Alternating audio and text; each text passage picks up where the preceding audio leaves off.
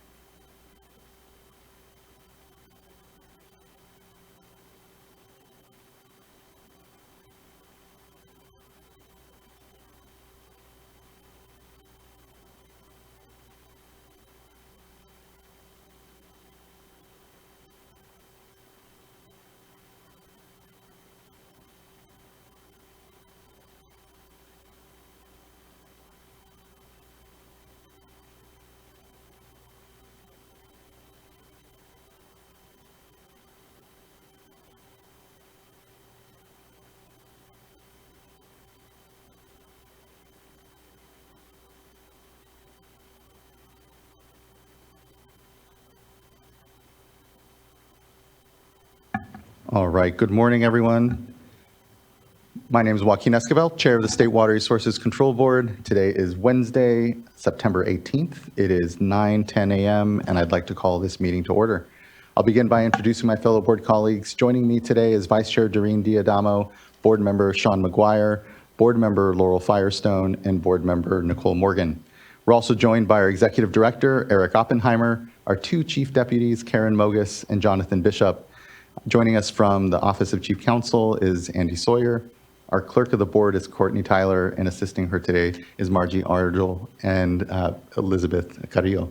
As you can see, this is a hybrid meeting with both in-person and webcast components. If you're joining us remotely, you're either viewing us from the Cal EPA website or the YouTube Live website. But if you intend on commenting on any of today's items, you need to be on the Zoom platform. There is a link at the top of the agenda and instructions on how to get on the platform. But if you're having any challenges, please do just email the clerk of the board at board.clerk@waterboards.ca.gov, and she can help get you on the platform. Once you are on the platform, your camera will be off. You'll be on mute until it's your turn to speak on the item you've indicated.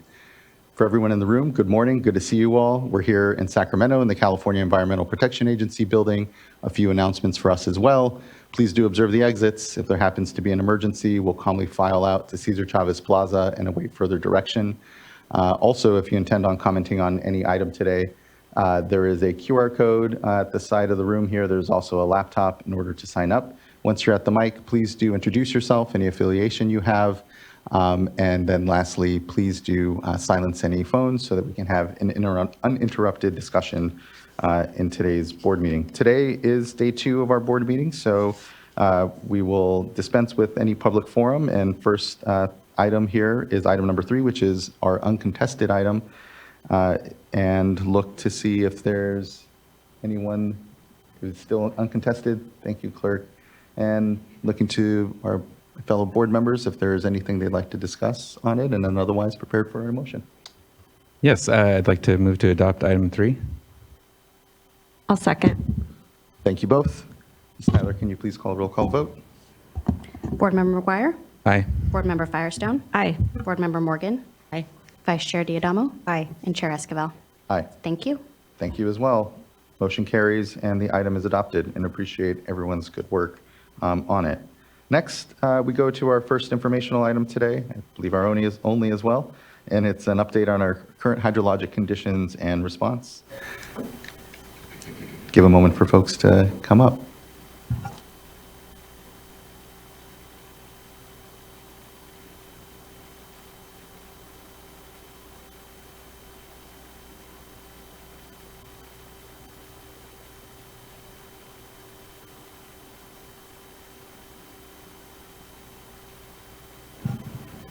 Good morning, Ms. Bean. Good to see you. Ms. Berryman, Ms. Magrazi. Sorry, I feel like I'm sitting very, very high today, so I will have very good posture. Good morning, Chair Esquivel and board members. We're going to do a brief hydrologic update and conditions for you today. Next slide, please. I took the agenda out. I apologize. Let me pause for a second. So I'm just going to briefly talk to you about our current reservoir conditions. Aaron Ragazzi's here to give an update on the Scott Shasta. And then we have Eloise Berryman with me today that we're going to go into some details on the annual reporting. And so as you know, we've been giving you some kind of snippets and an overview, but there have been a lot of deep dive questions. So we felt like it'd be a good time to delve into that today. So to jump into the reservoir conditions, our reservoirs are still looking pretty good right now. Most of them are at or above their historic average. And as you can see, the same is for our select south of Delta reservoirs here. Cachuma, Diamond Valley, and San Luis are all above 100% of average. And that's all I'm going to do this time because we just have a lot happening with the weather, not entirely certain where things are going. So we'll just keep an eye on that going forward and give you some updates in the future on that. Do you want to mention that coming up next month and in future board meetings, we'll be able to bring some folks in to talk to you about more of what happened over the past year, groundwater levels, things of that nature, because that tends to be of interest this time of year as well. So we are working on that. Yeah, I appreciate that. I know we're planning here to just really note the start of the water year, be able to reflect on last year, and be able to invite some partners in to be able to talk about the year coming up and some of the work that's gone on to help better prepare us for the water year as well. So look forward to that. Appreciate that, Ms. Bean. Great. So I'll go ahead and pass it over to Erin to go ahead and talk about the Scott Shasta. Thanks, Jessica. Next slide, please. So a quick overview of curtailments in these watersheds. In the Shasta River, we've had curtailments in place since much earlier this year. Conditional curtailments are currently in effect to a priority date of January 1st, 1958. This means that the diverters are coordinating with the water master to ensure flows are being met in the Shasta River watershed. Flows increased to 75 CFS from 50 CFS on Monday of this week, and they will increase, the flow requirement increases to 105 CFS in October. In the Scott, we have some late breaking news that's not on this slide. Last night, addendum was issued, so now overlying and adjudicated groundwater rights are lifted. That's been since September 9th. But additionally, we now have, we allowed Farmers Ditch to divert up to 7 CFS because flows have increased above the flow requirement there. So that curtailment addendum is in place for that suspension through the end of September unless it's lifted or otherwise modified by the board. Just a reminder that we do allow for diversions for minimum human health and safety and livestock needs, as well as non-consumptive uses during the curtailment period. And any parties that have local cooperative solutions need to continue to implement those local cooperative solutions, which allowed them to continue diversions during curtailment. Next slide, please. So a really quick overview of what the hydrologies look like over the last water year. I do want to say the flow requirement is in red there. As you know, the flow requirements went into effect when the regulation went into effect on February 1st. We have seen flows in the Shasta generally meet the flow requirement with that active coordination with the water master. As of this morning, flows in the Shasta are at 73, approximately 73 CFS, slightly below the 75 CFS flow requirement. The flows did meet the flow requirement on Monday, so we have seen flows meet the flow requirement and then dip down a little bit. I do want to note we have seen our first Chinook enter the Shasta River, so fish are in the system there. That one fish was detected early in September, so we don't have the latest report. So it's likely that there are other fish in the system at this time, but the video weir hasn't been counted, so we don't know that. So moving on to the next slide, which is the Scott. In the Scott, we have seen improved conditions this year in terms of meeting the flow requirement. As I mentioned, we are currently meeting the flow requirement and we're able to suspend curtailments for Farmers Ditch. Currently flow in the Shasta is, Scott River is at 41 CFS this morning, which is above the flow requirement of 33 CFS. So Farmers Ditch was interested in taking up to 7 CFS, so that will allow them to do that. There are conditions in place to, if we see flows change, for that to be modified. Vice Thank Chair. you. I just have a question since you've got this chart up now. So I've heard from some of the ag stakeholders about this concern of a buffer that's provided for when the flows get higher. And this chart doesn't really play out the concern, but what I've been told is that there have been many times where they're above the curtailment requirement, the CFS, which is, I think you said 33, right? As high as like 36, 37, but the curtailment remains in effect. And so could you either talk about that issue now or when we go to a workshop on this? And I'm thinking that, you know, maybe there needs to be some additional engagement with stakeholders so that they better understand this issue of, you know, a buffer. You can't operate the system so that it's right at 33. So to specifically answer that question, if you look on the graph and you look over between, sorry, it's hard for me to see, but between in August and September, we see the flow step down between July and August. And do you see where we're slightly above the flow requirement? So there was a period of time where we were expecting some precipitation to come into the system. And so we lifted the curtailments and said, if the flow requirement gets to 35 CFS, you can begin diverting. And when flows drop down again to 35, you need to cease diversions. So that, the large on and the large off had some threshold of buffer. And recognizing that we expected flows to continue to decrease. We don't want to plummet down below the flow requirement as quickly as possible. We want to provide for maintaining the flow requirement as much as possible. So in that instance, there was a buffer. In this instance, we do not have a buffer given where Farmer's Ditch is located in the system and it being only one diverter that's turning on at this time. So, and we have had conversations with the diverters relative to this item, and I've sent some emails out relative to this item specifically. Okay, thank you. Just to clarify just to build on this a little bit, there's no, I understand where you're coming from a management perspective and wanting to maintain the minimum flows, but that's not current explicit in the regulations at this point. That buffer. The buffer is not Strategy is spelled not- out in the regulation, but the requirement to maintain the minimum in-stream flows is. And so that is why, especially in the Scott, where flows tend to just continue to decrease in the summer, as opposed to the Shasta, where you can actively manage and curtail to get the flows back up. We do look at what the trends are doing and what other things are happening in the system.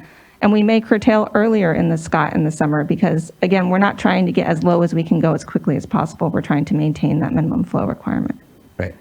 Yeah. I think I understand where you're coming from on that. I just think we'd benefit from, and the stakeholders would benefit from some additional discussion. So I'm glad to hear you're reaching out, and maybe it's something we can talk about a bit more as we go forward here. Happy to do that. And moving to the next slide, we will have an opportunity to have additional conversations about the Scott and Shasta in more detail. So at the second October board meeting, we are planning to bring an item to the board related to follow-up to a couple of items. We're following up on the information item, that late night you had on in August. It's actually August 15th, I believe, when we met in this room and had a very lengthy discussion about the Scott and Shasta rivers, and the board directed staff to look at long-term flows and come back and have a conversation about what might be involved in looking at long-term flows, as well as readopt the emergency regulations, which the board did in December.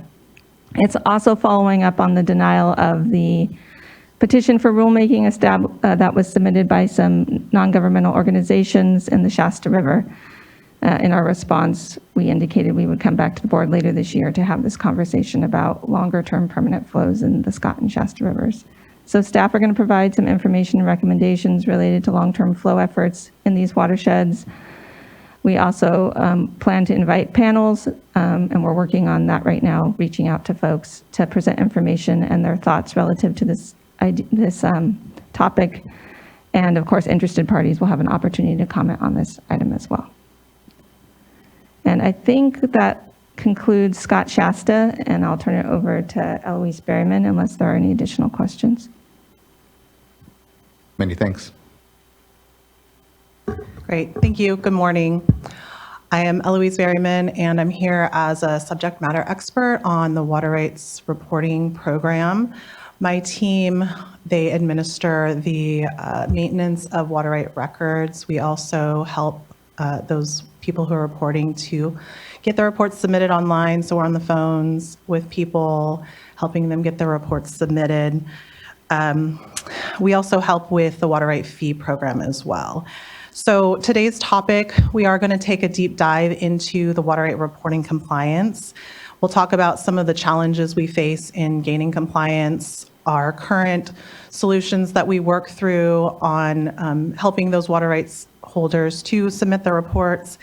And then we'll briefly touch on some areas where we're going to be exploring some further options for gaining greater reporting compliance. So this slide here, we just want to give a little bit of context about the water use reporting program. So this gives just a brief timeline of when the reporting program started.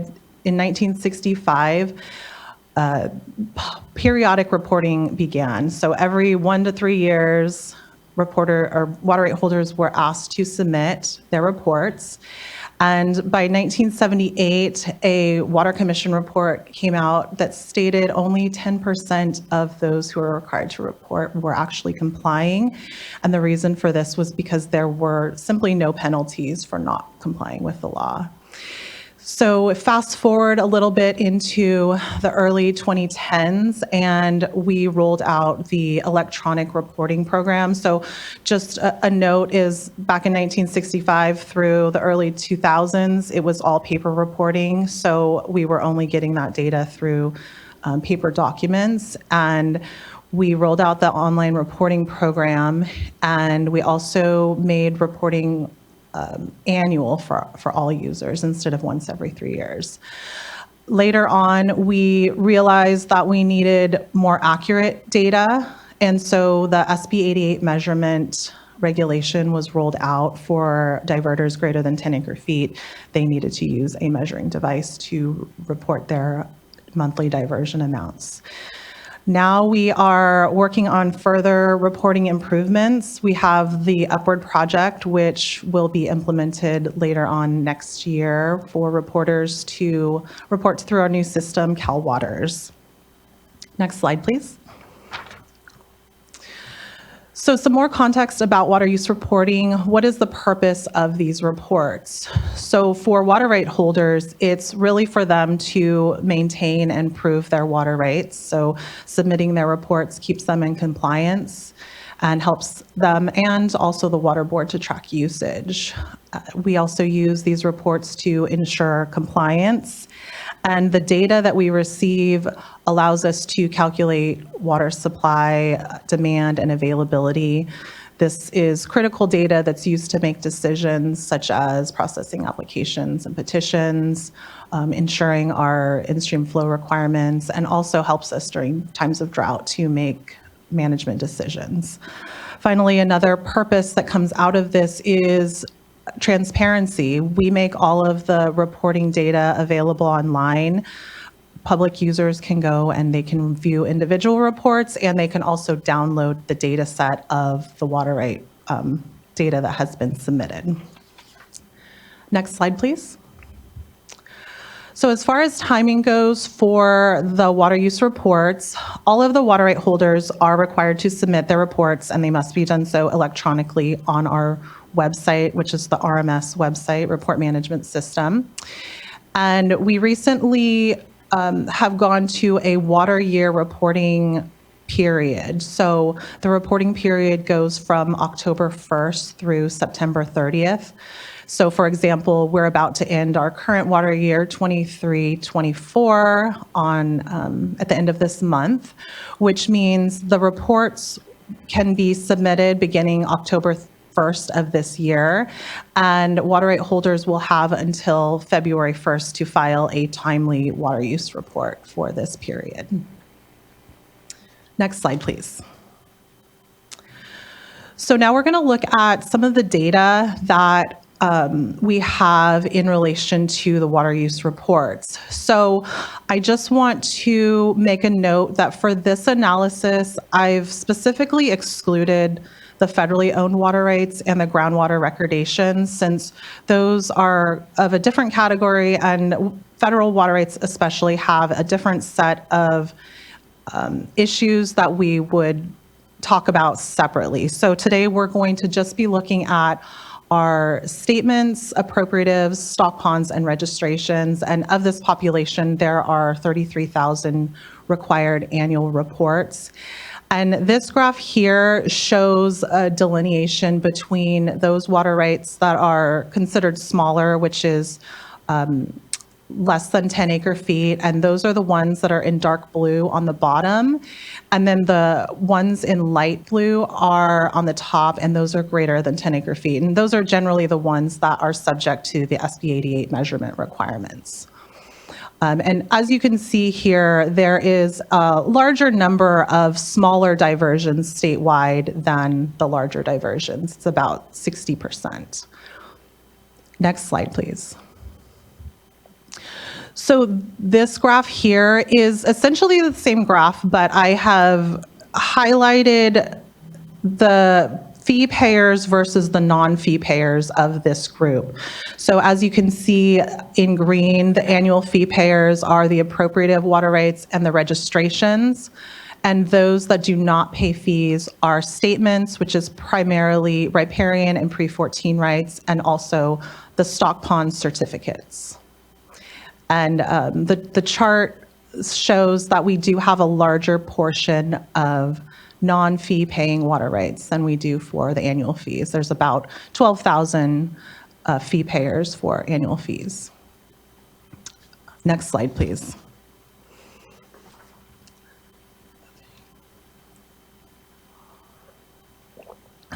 So on this graph, this may be a little bit familiar to the board. We have been sharing a similar chart to this at past updates. And so I wanted to show just a little bit more detail here on our reporting progress. And this is our current reporting progress for the 22-23 water year. And so what you can see here is in the dark blue are those reports that were submitted on time, so by the deadline. And then in the light blue, those are the reports that were filed past the deadline, but they were still filed nonetheless. And then in orange, you can see that there are the reports that are still past due. And as you can see from this chart at the top, those reports that are less than 10 acre feet, there are still far more of those that are still outstanding than in the other sizes of water rights. Next slide, please. So this is that same data. It's just just looking at it in another way. I wanted to show how we have different compliance levels based on the size of the water rate type, or I'm sorry, the size of the water rates themselves. And so for the smaller folks, it was about 50% of them filed on time, whereas the larger, it was about 67. So not great in either category, but you'll see that for those that were submitting late, we have a greater number of large water right holders that were diligent and still trying to get their reports in, even if it was late. And so if you look at that past due column, overall, we have fewer water rights in the greater than 10 acre feet that are still outstanding than there are for the smaller water rights. And then that last orange column there just combines both the late and past due, because those are technically the folks that are out of compliance in one way or the other, whether it was just late or they hadn't filed at all. Next slide, please. So this is just one more kind of drill down into those late reports. So this graph represents how late those water right holders were in submitting their reports. And you'll see there at the top that there was a large portion that were only 1 to 30 days late. And so we'll get into some of the reasons why we think that there were a lot of them that were late, but not too late. And then you'll see that they sort of trickle in a little bit from 31 to 60 and then 61 to 90. But then at the bottom, you'll see that there are still a lot that were either over 91 days late or they have not submitted their reports at all. And the two bars just show the less than 10 acre feet in the dark orange and more than 10 acre feet in the light orange. Next slide, please. Sorry, Board can I Member ask? Firestone. Sure. Thanks. All of these charts are all of the types of reports that you showed? Yes, so it's all of the types that I showed. So appropriative, statements, stock ponds, and registrations, yes. Okay, and then this final slide just gives you a snapshot of where we are right now, comparing the smaller, less than or equal to 10 acre feet or greater than 10 acre feet. And so you'll see here that we have much better compliance with the greater than 10 acre feet water right holders. Next slide, please. So now I want to get into some of the compliance challenges. We'll look at the greater than 10 acre feet and then the less than 10 acre feet. So first of all, with the larger diversions, we tend to think that those are more complex diversions. It might require more time for the water right holders to compile data, enter their reporting information. So that could be why we see a lot of them submitting late. They are diligently trying to submit their reports. They just need a little extra time. We also have some enforcement action limitations. So the process to actually enforce on a late filing requires a number of steps. And so it almost creates an unintentional and artificial grace period for people to submit their reports to us. Since if they don't get a notice that something's late, they're just going to try to hurry up and get it submitted before they hear from us. And then finally, we do think that there's some data cleanup needed, especially in the statements. We believe that there are many abandoned diversions or duplicates, even things that are already covered by permits or registrations, or people that have submitted more than one statement for the same diversion. And then we also suspect that those reporters who maybe initially reported larger than 10 acre feet may not actually be reporting that great of a number. So while we have 1,700 reports past due in this category, it might be actually less than that once we do some data cleanup and also get people into the right category. Next slide. Vice Chair. Go ahead. Let's go back to that last Yeah, slide. sure. So with respect to just kind of honing in, so there's that 12%, and I know we're looking at, late additional fees for being late and that kind of thing. But if you look at years past and sort of tease out that artificial additional grace period because of what would be involved for enforcement, can you tease out the percentage that just don't pay? We could do a comparison to those that don't pay and also don't report. We certainly could do an analysis on that. Yeah, I think that would be helpful. And then also getting information from enforcement on the percentage, looking at the number that don't pay, historically don't pay, especially if we're seeing the same people over and over again. I think we want to see enforcement proceedings. And so better understanding what's the number and what of that number that just don't pay, what percentage end up with actual enforcement actions. Right. And, I did look at this a little bit, and it's interesting because we do actually have a lot of people who don't report that do pay. And that is just by virtue of the fact that we have California Department of Tax and Fee Administration who does our collections for us. And so we do actually have a really high fee collection rate because of that. So even if they aren't submitting their reports, they are actually paying their water rate fees. Well, that's good news. Yeah. but I think, daylighting what Right. what those numbers Yeah, actually are. absolutely. Because I think, we get these reports coming in where we look at the whole mix and it looks really, really bad on compliance. But then this is helpful because it allows us to maybe be more targeted. And so that's good news if they are paying, but just running it to ground to find out. And even if it's down to 2% or 5%, then we should be enforcing. I also just wanted to jump in and note that there's a lot of challenges with analysis on this data and information. It's out there, but that's actually one of the things, the components of Upward that we're working towards is once we get that system up and running, it'll be much easier for us to do these types of analysis. Right now, it's taking a lot of, staff time combining and doing things, pulling information. And so ideally, once we have that program up and running, we'll be able to do these kind of things much more regularly and watch for those trends and do that application. So, agree that we need to do that, but it has been a little challenging for us to to put resources, and that's part of what we're talking about here, is it takes a lot of time to analyze the late and non-reporting and prioritize that while still trying to just go through the process of getting, the regular workload of the folks to get the reporting. So just wanted to note that.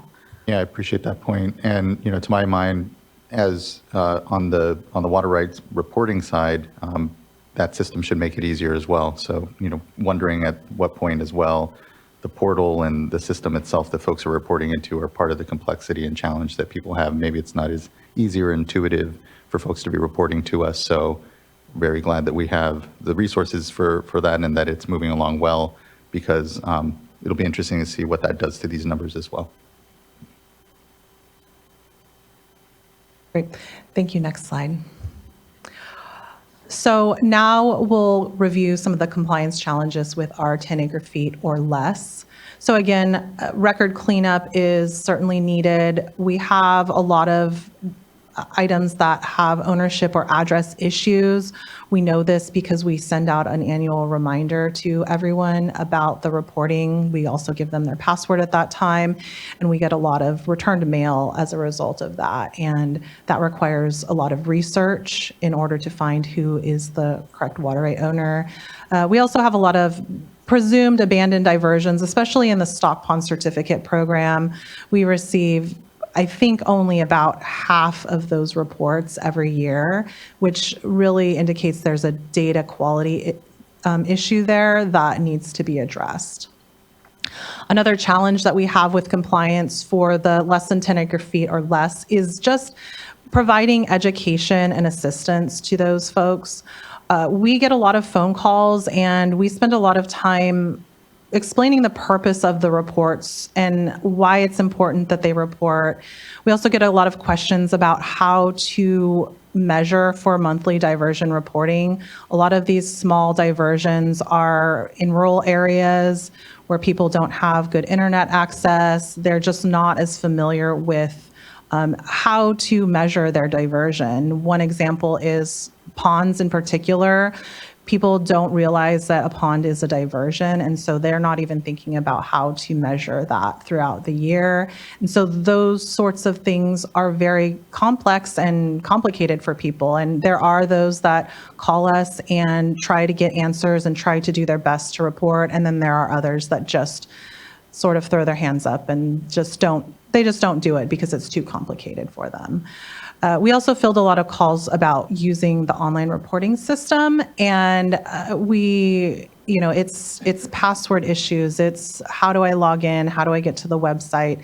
Things like that. And so we filled a lot of calls that are related to that. Did you have a comment on that too, Jessica? I was going to ask Ms. Berryman, are we working with any outside organizations to help get the information out, help provide support to reporters? I'm just wondering, if there's organizations that we've been working with or helping better coordinate. Yeah, I'll actually touch on that in just a moment. Yeah. Fantastic. Thank you. Yeah. And then finally, we have continue to have enforcement action limitations. So our smaller diverters are typically not penalized for not filing, mainly because we focus our resources on the enforcement actions of larger diversions, particularly up over 500 acre feet annually is what we focus on. Okay, next slide. Okay, so here is where I'd like to talk about our reporting compliance related activities, and I've laid this out through an impact effort matrix. And for those of you who are not familiar with an impact effort matrix, it basically just categorizes our activities in ways that show how much effort or time are we spending on certain activities and how much impact are they having on the overall success of the program. And so right in the center here, you'll see this is our bread and butter. This is what we do on a regular basis to get a baseline of compliance. And that's sending annual reminder notices to all of the water right holders so they know what the requirements are. We're on the phones and helping through email to answer any questions about the reporting program and get people to file. And then we're also conducting our typical enforcement activities, which is issuing the ACL complaints, statutory revocations, things like that, just to make sure that people are in compliance. So we'll go around the matrix now, and I'll talk about the different quadrants. So the first one that I'd like to go through is the low effort, low impact quadrant. And Joaquin, this will get to your question. We do some partner messaging. We have worked with CDFA and also the Farm Bureau, and we've asked them to talk with their constituents, get the word out about reporting deadlines, how to report, put things in their newsletters. And although this is a very low effort thing for us to do, we also have found that it hasn't had a really high impact on the increase in reporting compliance, because they do have such a limited audience that they work with. Another item in this quadrant is email reminders. We do have an email subscription list that we send reminders out to everyone on that list. There are limitations to that, however, because people have to sign up for that list. And right now we have about 11,000 emails on that list, which I would say is probably less than half of all the emails we should have. And so while we do send these out and we do this partner messaging, we'll continue to do this. This is more of just a fill-in to get some of that low-hanging fruit for us in terms of reporting compliance. So now let's move to the bottom right-hand quadrant, which is high effort and low impact. I touched on this a little bit, but we have a lot of return mail that comes in from our reporting reminder notifications. This requires a lot of staff time, a lot of time to research. The water right holders are responsible for notifying us when things change, and a lot of times that just doesn't happen. And so we do try to get to these activities when we can, but ultimately it is a high use of our resources with a very low impact to actually making progress. Now, we are hoping that in the future, with greater data validation tools, with the Upward system, we will get better data about our ownership. And so the goal is over time to reduce these types of activities so that we won't be in this time sink of working through researching who owns which water rights. Board Member McGuire. Yeah, just that I can understand where you're coming from on that, but I'm wondering if you prioritize that research. So, for example, larger diversions, if they come back, return mail, or they're otherwise non-responsive, do you prioritize investigating those over the smaller diversions? So the way we prioritize is actually those who pay fees versus those who do not pay fees. So if they're a fee payer, we're going to prioritize finding their water right ownership first. But yeah, I think looking at larger diversions would be a good way to look at it too. Yeah, and we also have a number of water right holders that don't pay fees because they're not required to pay fees. Yes, right. correct. So, so there's that group as well. So Yes. yeah, I appreciate you looking into that. And I also think it's worth noting that this is part of the reason why we gave you so many different slices and dices to show you that the bigger diverters are not necessarily as much of the problem on this particular issue. What we're finding with a lot of this returned mail processing and the ownership and address changes, it really is that less than 10 acre feet group that seems to be falling mostly into that. Not saying that that's not an issue, and it's something that we do have folks looking into, but the bulk of that work is coming from that really, really small group. And then noting that the majority of those folks also don't pay fees in that small group with the returns. So in general, a lot of that work does get deprioritized because they're so much smaller, but it's a huge problem in terms of the number of water rights and keeping an accurate and up-to-date system. Okay. So let's move on to the top right quadrant, which is our high impact and high effort workloads. Right now we have 3 that I want to highlight today. Obviously there's the Upward project, and I think in terms of reporting, it's going to give us a few things. We'll have some streamlined reporting. Hopefully the system will be a lot easier for users to access and use. We'll also have some targeted messaging capabilities, which we don't have right now. So for people who are late, we can send out targeted emails to them instead of an email blast out to everyone. And so we're hoping that that helps with compliance as well. And then we'll also have a number of data validation and analysis tools that will help us to improve the overall data. Since we do have so many data challenges, I think with the new system, we will have more access to our data and ways to look at it and improve our reporting compliance. The next is the Delta ACP project, and I'm not going to go in too much detail here with this since the Delta Water Master, Jay Ziegler, will be presenting later this year on this particular project. But some of the takeaways to the Delta ACP is that it was a collaborative effort with the board and with the diverters in the legal delta to come up with an alternative compliance plan to help solve some of their unique hydrological issues. And it was a huge effort. They've worked on this for about 6 years. And what we are seeing is that it has been highly effective at getting really good reporting compliance. And again, it's a very high effort, but with a high reward. Sorry, I was just going to say, I think they're at about 96% compliance for that group, to give you context.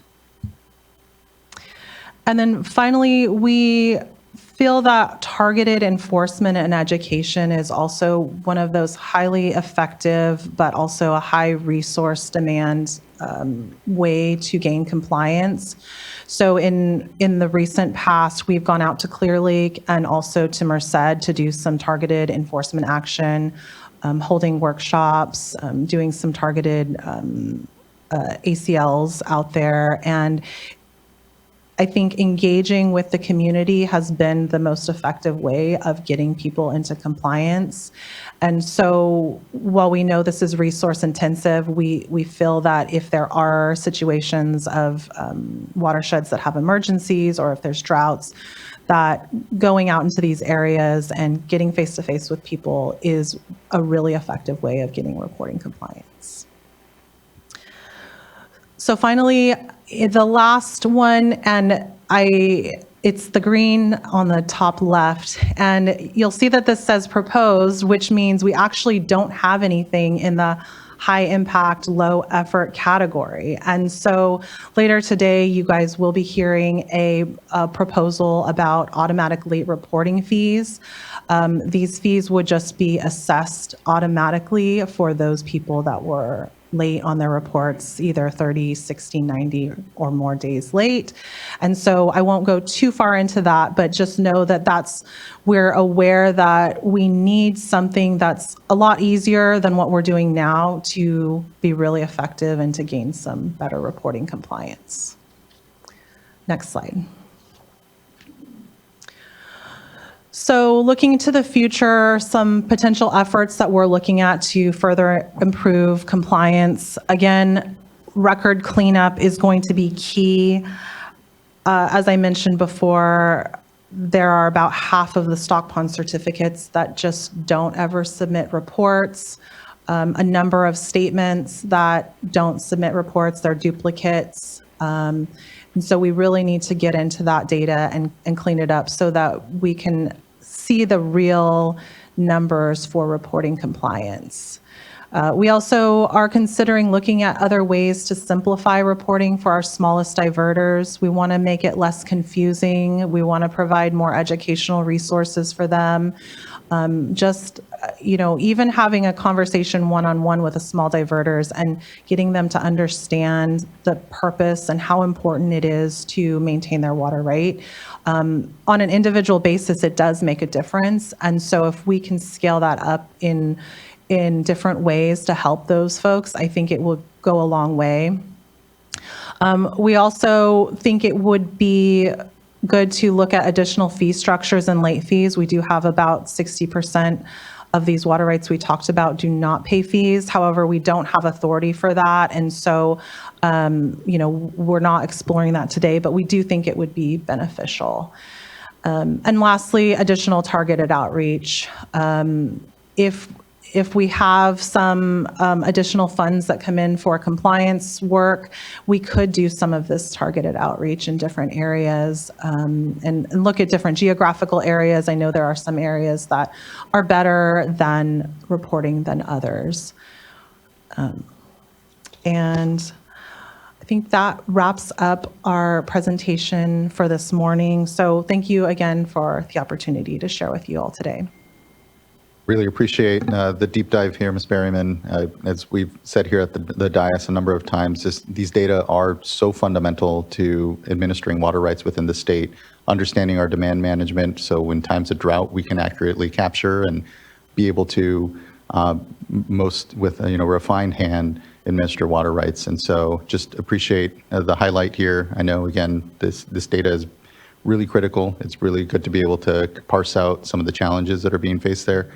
And, I'd flag that, to my mind, and I don't know if we do much of this at this point, but the Natural Resources Conservation Service, NRCS, has a lot of touch points with growers, and a number of them may be diverters. And just thinking here, again, what additional partners we can bring in so as to be able to help continue to have that touch point and support water right diverters with information, technical assistance, whatever it may be.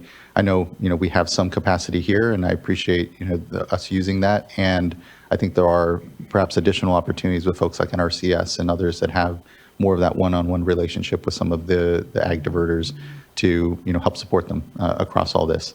What I would be interesting to see as well, as we continue to have, I know what will be a thorough discussion around how we improve compliance and improve these data, are just the trends that we're seeing across the years, and hoping that what we can track is just a continual momentum at really getting to a place where other Western states are on their compliance for water right holders. And just thanks, really do appreciate the great work I know that folks keep doing, and here being able to present to us all this information. Vice You're Chair. welcome. Thank you. This was really interesting. Thank you for the thorough report. Other than the issue that I already highlighted about enforcement, I'd like to hear more about that at any future updates. But as to the issue of those that are not required to pay fees, can we go back? It's toward the beginning of the PowerPoint, Sure. The pie chart. I'd like to better understand within that category which water right holders actually, pre-1914 water right holders, actually are paying fees through the Bureau of Reclamation or others. For those, in particular, I'm talking about the exchange contractors and the settlement contractors. I've asked this question several times, and I know there's been some discussion at the legislature about requiring these individuals or these water right holders to pay fees. And it would just be helpful for us to know what the universe is. How many holders are actually not paying fees, and how many are paying them through some other process? Okay, so you're looking for those that overlap with their pre-1914 and Bureau contracts? Yes. Okay, Yes. yeah, we can And certainly look into I've that. asked on the item that we just approved today under consent for the contract with the Bureau, I actually had a briefing on it just for the purpose of asking this question. And I know I think I saw Dave Rose earlier, but this is something that I think he was going to try to run to ground. So maybe I'd suggest coordinating with OCC because I made a similar request. Appreciated, Vice Chair. Board Member Firestone. Yeah, I have a question on this same slide. So currently, this is just reporting use fees. And so so all of our staff time and work to collect and analyze the reports is at this point totally paid just through fees on appropriative and registrations, and there's no fees on reporters for statements or stock ponds. Right. So to clarify, the fees that I'm talking about are the annual water right fees. And so that covers all of the activities that go on. So it's not a separate reporting fee that they receive. This is just those fee payers that also have to report. So appropriative and registrations, we have authority to charge fees, but we do not have authority for statements and stock pond certificates. And just to be clear, part of our budget is general fund. Yes. So the work we do regulating people who do not pay annual water right fees is covered by general fund, and that would include the work we do reviewing statements of diversion and use by riparians and pre-14s. Okay, and so that goes to the vice chair's comments around, I know there's been a lot of discussion around this of just, there's a gap in terms of those that are benefiting from our administration of the water rights system, but aren't paying into the fee structure directly to support that right now. So I'm not as familiar with stock ponds, but are there other water quality permits that are required for those that would overlap with those that have to report? I would think ordinarily not, because they built the stock ponds decades ago, so any dredge and fill would have actually preceded the Clean Water Act. Okay. And, water quality-based permits are for discharges, and so that these are filling and not discharging. And it'd either be, and any alterations would have happened a long time ago. So this is okay. Except if they have to do a repair that involves a discharge of dredged material or other material to rebuild a dam or something. Okay. And if was there, I remember there were concerns around stock ponds that maybe they aren't stock ponds, but diversions into ponds that may never have gotten a permit at all. And that wouldn't be included here, obviously, because we don't have a record of that. And so that's a separate issue of kind of illegal creation of ponds and diversions that haven't registered with us or asked for a permit at all. The requirement, we refer to the statements of diversion and use as riparians and pre-14s, but strictly speaking, it's anybody diverting water that doesn't have a permit or license. So, so many of the people with illegal diversions think they're legal and think they have riparian or pre-14 rights, so they'd be reporting. And even if they know it's an illegal diversion, they're required to file a statement of diversion and use. Great, thanks. Thank you, board member. Looking to see if there's any other question or discussion from the dais. And then seeing none, appreciate it. Thanks for, again, the presentation and the update. Much appreciated. All right, that concludes item number 4 and brings us to item number 5, which is from the Division of Water Rights regarding a proposed order setting aside water quality certification. I'll give a moment for folks to swap in.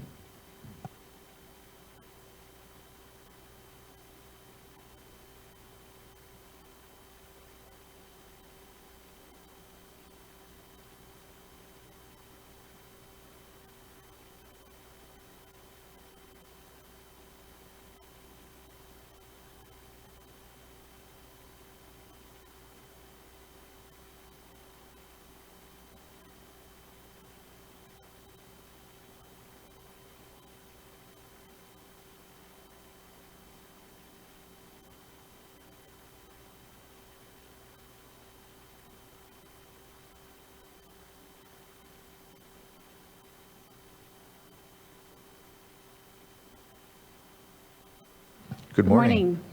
Good morning, Chair Esquivel and members of the board.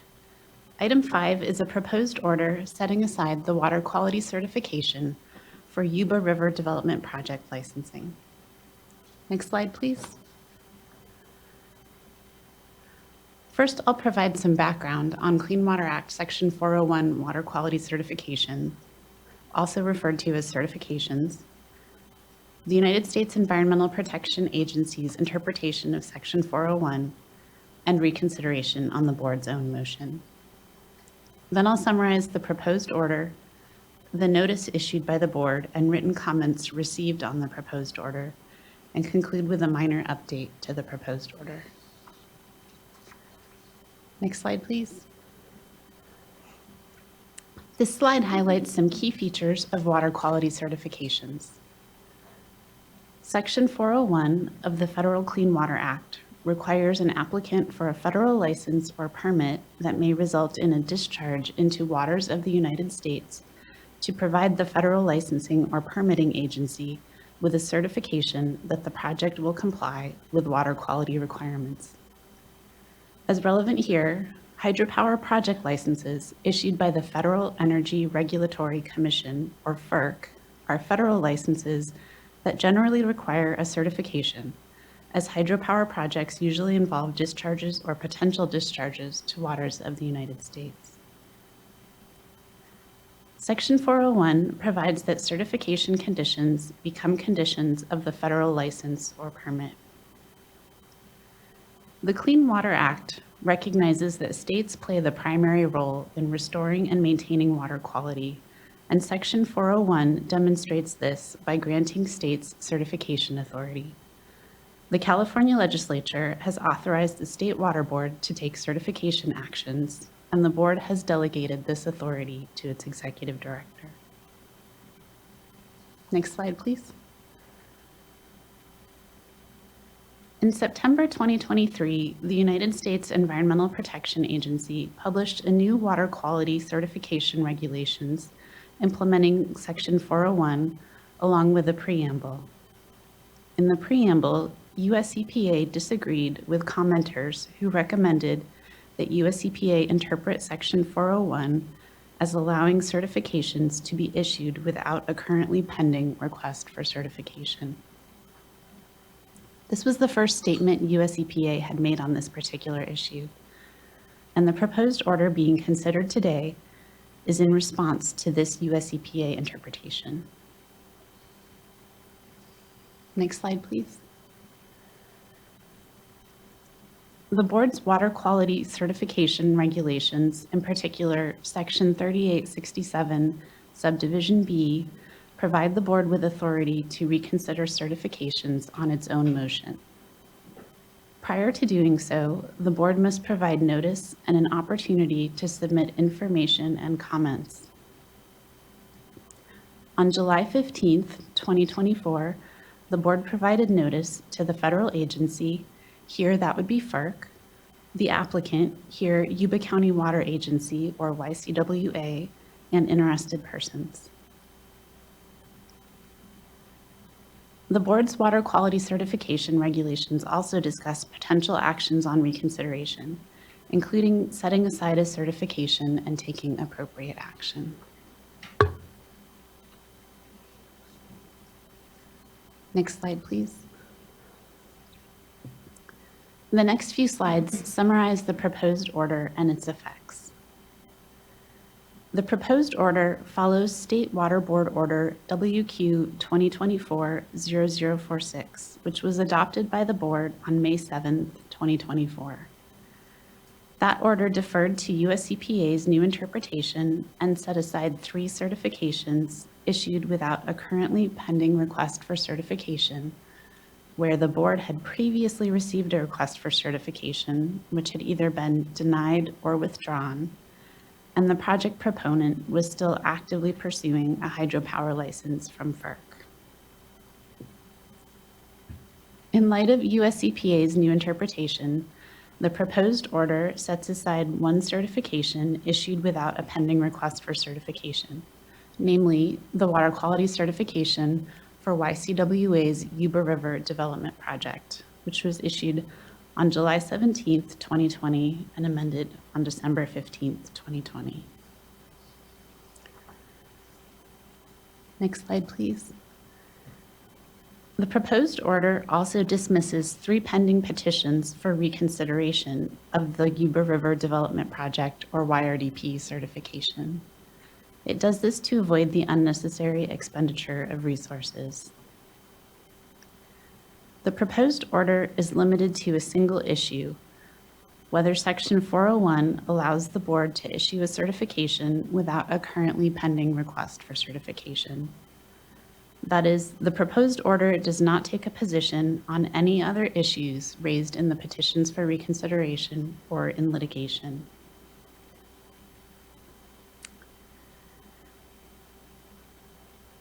You may ask why the order adopted by the board in May did not affect the Yuba River Development Project certification. That's because at that time, the Yuba River Development Project certification and further proceedings on it were stayed by the board's appeal in state court litigation. As the proposed order notes, on June 17, 2024, the Court of Appeal granted a joint request from YCWA and the State Water Board to lift this stay. The stay was lifted for the sole purpose of allowing the board to consider adopting an order setting aside the YRDP certification and dismissing the petitions for reconsideration of that certification. The board's state court appeal remains pending, but has been paused since September 2023. I'll also note that the lifting of the stay on June 17th made proceedings on reconsideration of the YRDP certification once again pending before the board. Therefore, the prohibition on ex parte communications regarding reconsideration of this certification went back into effect. If the board adopts the proposed order, reconsideration would no longer be pending before the board, and the ex parte prohibition would no longer be in effect. Next slide, please. On July 15th, the board issued a notice of opportunity for public comments and board consideration of proposed order. The draft proposed order was posted online and written comments were due on August 9th. 2 comment letters were received. Yuba County Water Agency fully supports the board's adoption of the proposed order setting aside the YRDP certification. YCWA has also said it looks forward to working with the board in the certification process in the future. A comment letter from several conservation organizations who've been involved in YRDP licensing supports adoption of the proposed order, as they believe it would resolve delay and uncertainty around certification and relicensing of the YRDP. The conservation organizations support the board's expedited issuance of a certification in the future after receiving a request for certification from YCWA. The conservation organizations request that the board promptly communicate any decision on the proposed order to FERC, and also request that FERC direct YCWA to submit a certification request within 30 days.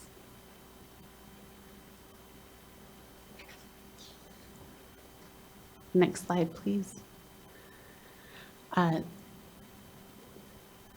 There's one minor update that has been made to the proposed order.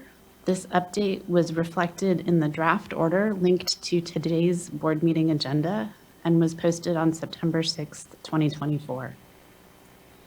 This update notes that on August 30th, 2024, YCWA requested that FERC extend its deadline from September 1st until December 30th to file one of 3 items. 1, a copy of a request for certification. 2, a copy of a valid water quality certification. Or 3, evidence of waiver of the board's certification authority. This concludes the presentation. Staff recommend the board adopt the proposed order and are happy to answer questions. Thank you. I appreciate the presentation and the work on this. Looking to fellow board colleagues if they have any comment or question here off the bat. We have a few commenters that we can go to otherwise. let's do so. Our first commenter will be Gary Bobker, be followed by Willie Whittlesey, and then our last commenter on the item here will be Aaron Zettler-Mann.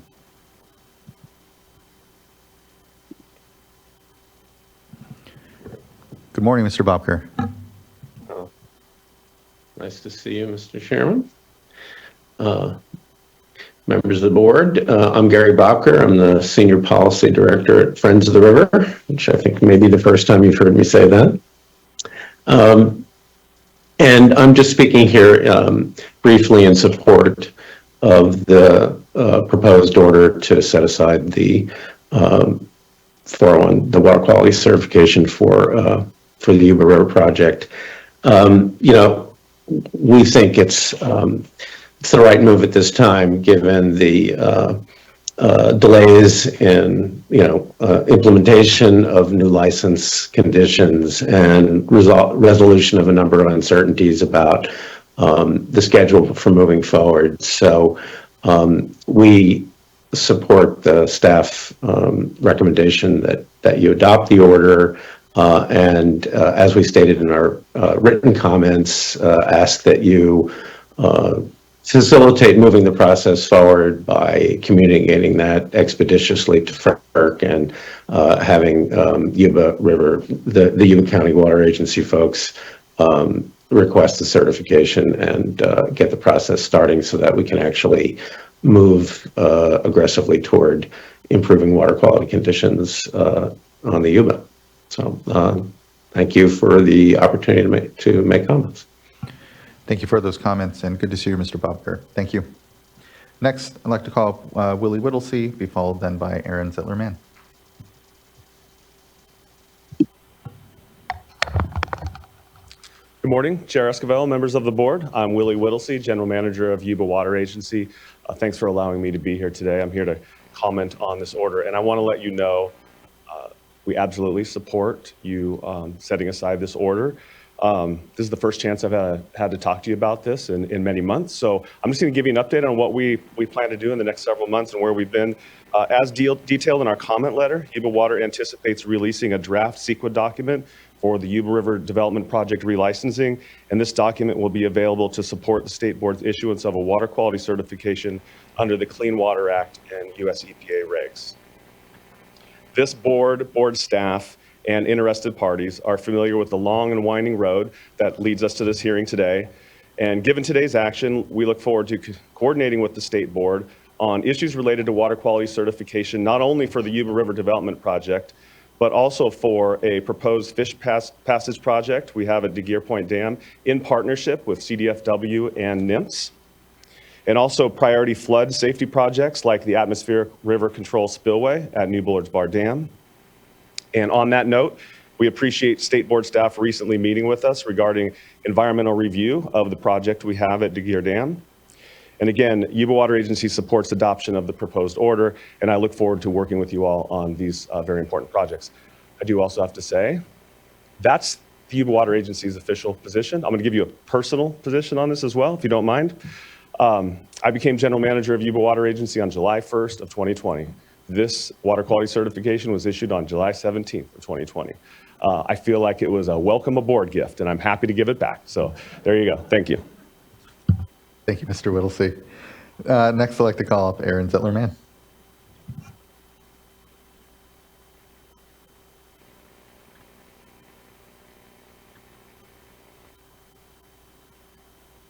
Hello, and thank you all for the opportunity to speak. My name is Aaron Zettler-Mann. I'm the Executive Director of CIRCLE, the South Yuba River Citizens League, also the Yuba River Waterkeeper, and one of the conservation organizations.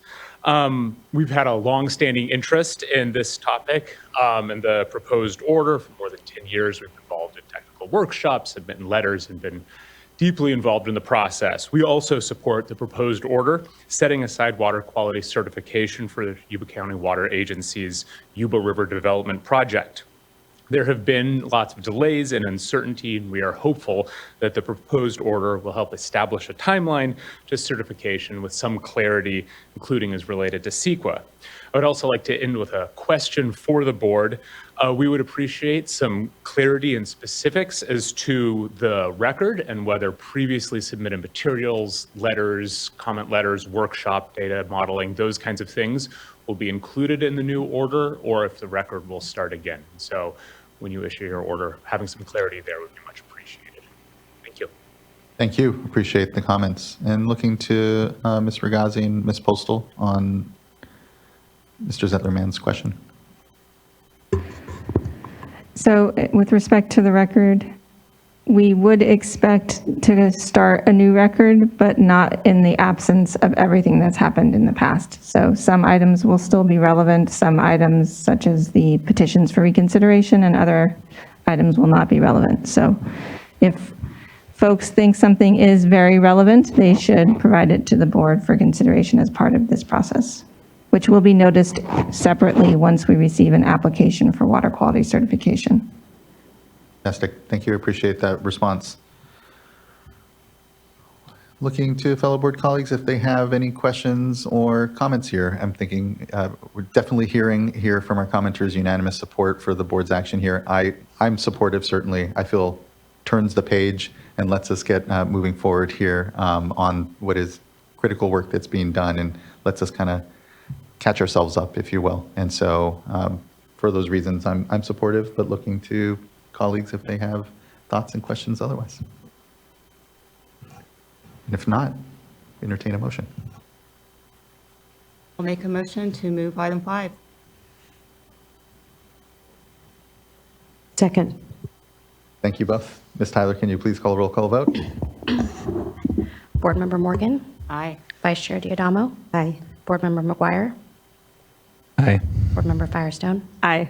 And Chair Esquivel? Aye. Thank you. Thank you as well. The vote is unanimous and the order is adopted. Thank you. Appreciate everyone's work on it. And again, looking forward to turning the page and continuing to work well together here in this space. So thank you, everyone. All right. That brings us now to item number 6, which is now moving into a tranche of our yearly fee adoptions, and we'll begin here first from Division of Administrative Services with emergency regulations for fees on water rights. Give folks a moment to line up here.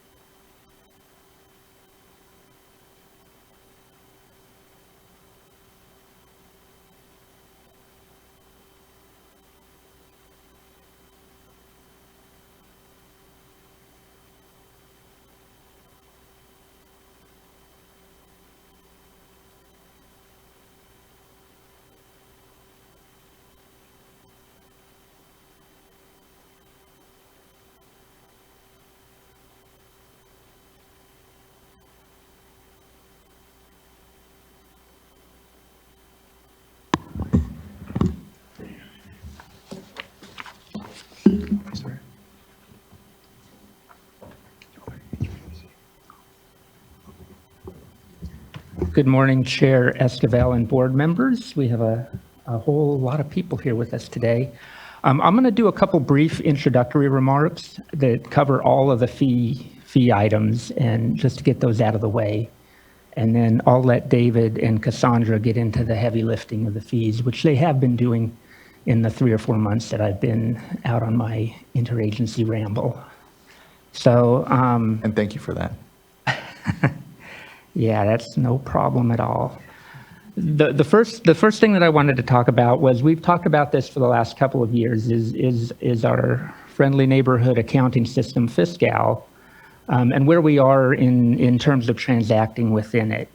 And it's good news this year. We are finally caught up as of April. We are finally caught up in transacting in real time within the system. This is the first time since 2018 when we first went into the system that we were able to turn in all of our financial statements to the controller's office on time. So there's really nothing bad that'll come out of any of this. It's all good from here on out. So I just wanted to publicly acknowledge all the hard work and that our accounting teams, our various teams, in fact, have been doing. Primarily the accounting team, but also the purchasing teams in both the Division of Administrative Services and in the Division of Financial Assistance. They both had heavy lifts in terms of implementing Fiscal as well. I just want to add my thanks and congratulations as well. I mean, these teams worked hard through COVID. We're coming in every day still yet and managing a lot. I mean, the transition to Fiscal, given the complexity of the board's programs, the number of funds we have, we're probably the single most complex entity that made that transition into it, and it's been hard. And the work, though, is highly acknowledged, and really just thank folks for sticking through and with it. And it is a significant moment that we're at, and helps us here better communicate with our fee payers and others as to the status of our balances and funds, and just acknowledge your leadership in that as well, Mr. Russell. Thank you. We appreciate that. Yeah, this has been technically as complicated a project as I've ever worked on at the Water Board, and that includes Superfund cleanups and everything. It's really been a project. The second thing that I wanted to highlight really quickly was the budget itself that was adopted in June. The budget had its normal budgetary stuff, but there were also two control sections in the budget that were not reflected and will not be reflected in the fees that we're going to be proposing today, and I'll explain a little bit about that. The two control sections were a vacancy reduction drill with a stated goal of approximately 10,000 positions statewide to be eliminated. The governor has said that's his goal. And the second part of it was an operating budget reduction of approximately 8% for all departments and agencies. So the question will likely come up, or it may come up during the comments, is why aren't these reductions reflected in the fees that we're going to be discussing today? And the simple answer is it's just a timing issue. We're right in the middle of the discussions on how to implement these fee reduction, or these reductions with the Department of Finance, and it's a very complicated and nuanced discussion that we're having with them, and we're just not at the point yet where we have the information available to reflect for them to be able to be reflected in the fees that we're proposing. They will be reflected at a later date, probably in next year's fees. We don't have a time resolution for our discussions with finance yet, but I think the plan is to have them all resolved before the next governor's budget is released in January. So again, just the simple answer is we are in the middle of those discussions. They will be implemented eventually.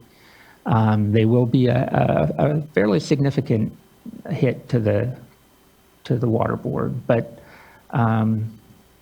we're not ignoring the reductions. We're taking it seriously. We're one of the few departments that have really been doing this statewide to the extent that we're supposed to be doing it. So again, they will be reflected. They just aren't reflected in the fees right now. And with that, I will turn it over to David and his team, David and Cassandra, and to get into the actual fee discussions. Good morning. Thank you, John. Board Estival, my name is David Ceccarelli, and fellow board members, my name is David Ceccarelli.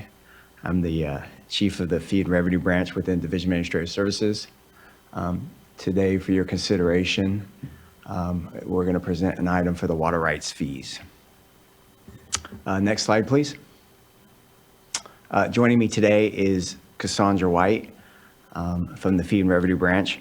Also assisting today is Amanda Montgomery from the Division of Water Rights, and David Rose from the Office of Chief Counsel. Next slide, please. Staff's presentation today, we'll talk about our stakeholder outreach, the Water Rights Fund, budget cost drivers, our proposed fee changes, comments we received, and then finally questions. Next slide, please. We had, as normal, we had 3 kind of robust stakeholder meetings. These meetings followed iterations of each of the governor's release of the budgets. So when the proposed budget was released in January, we met on March 7th. Then following the May revise, June 3rd, and then with the enacted budget, we finally met on August 1st. And through these meetings, we discussed, of course, the budget, budgetary expenditures, cost drivers, revenue, and of course, potential fee adjustments. And what we definitely look for is feedback as we go through these stakeholder processes, and we use that feedback to help build and evolve our staff's proposals. Next slide, please. So what we're about to present now is the water rights budget cost drivers. This basically shows our fee setting budget from 23-24 to our governor's enacted budget from 24-25. And I'm going to hand this off to Cassandra White, and I will let her explain this slide here. Good morning. Excuse me. So first, like we said, the first table starts with last year's fee setting budget of $34.9 million. And for fiscal year 24-25 fee setting budget went down slightly at increased at $38.8 million for a net difference of $3.9 million or 11.2%. And the second table, I'll kind of walk you through what's driving the cost increase this year. The first option was state operations. It was $840,000 or 2.4%. The second one was pro rata. It went down $2,000 and a less than measurable percent change. And the second one was the California Department of Tax and Fee Administration. It increased $7,000 and again, a less than measurable percent change. And the last item was BCPs, and there were 4 this year. So the first one is the establishment and implementation of in-stream flow objectives in the Scott River and Shasta River watersheds. The total BCP was $711,000 or 2%. The second one was the Information Security and Privacy Office Staffing BCP. This BCP is charged to all of the water board's funds, and the water rights portion is $39,000 and 0.1%. The third one is the new groundwater recharge permitting unit BCP, which is $1.2 million, 3.5%. And the last one was the Administrative Hearings Office of Special Projects. The cost is $1.1 million or 3.2%. And so again, the overall increase was $3.9 million or 11.2%. And out of that, I want to note that 8.8% of the total percent change increase is due to BCPs. And I will hand it back to David. Thank you, Cassandra. And just again, highlight what Cassandra just said. Yes, $3.9 million in new cost. And of those, and Cassandra mentioned 8.8%, that's $3 million in new BCPs. Therefore, as we get into this fee proposals, the proposals basically needed to generate that additional revenue to cover this cost. Next slide, please. So part of our proposal today, and to, of course, generate this revenue to cover our budgetary expenditures, is a proposed fee change on our permits, license, and pending applications. So we're proposing to increase the per acre foot charge by 10% from 0.109 to 0.120 per each acre foot greater than 10 acre feet of water diverted. And then also increase the base fee by, it's 16.6% from $300 to $350. So a $50 change. what I'll say, let's just, can we move to the next slide, please? And I'll just add the comments here. I'm sorry, please, I'm sorry. Can we go back? I'm sorry. So the $50 charge on the base fee has not been adjusted since 2019, fiscal year 2019-20.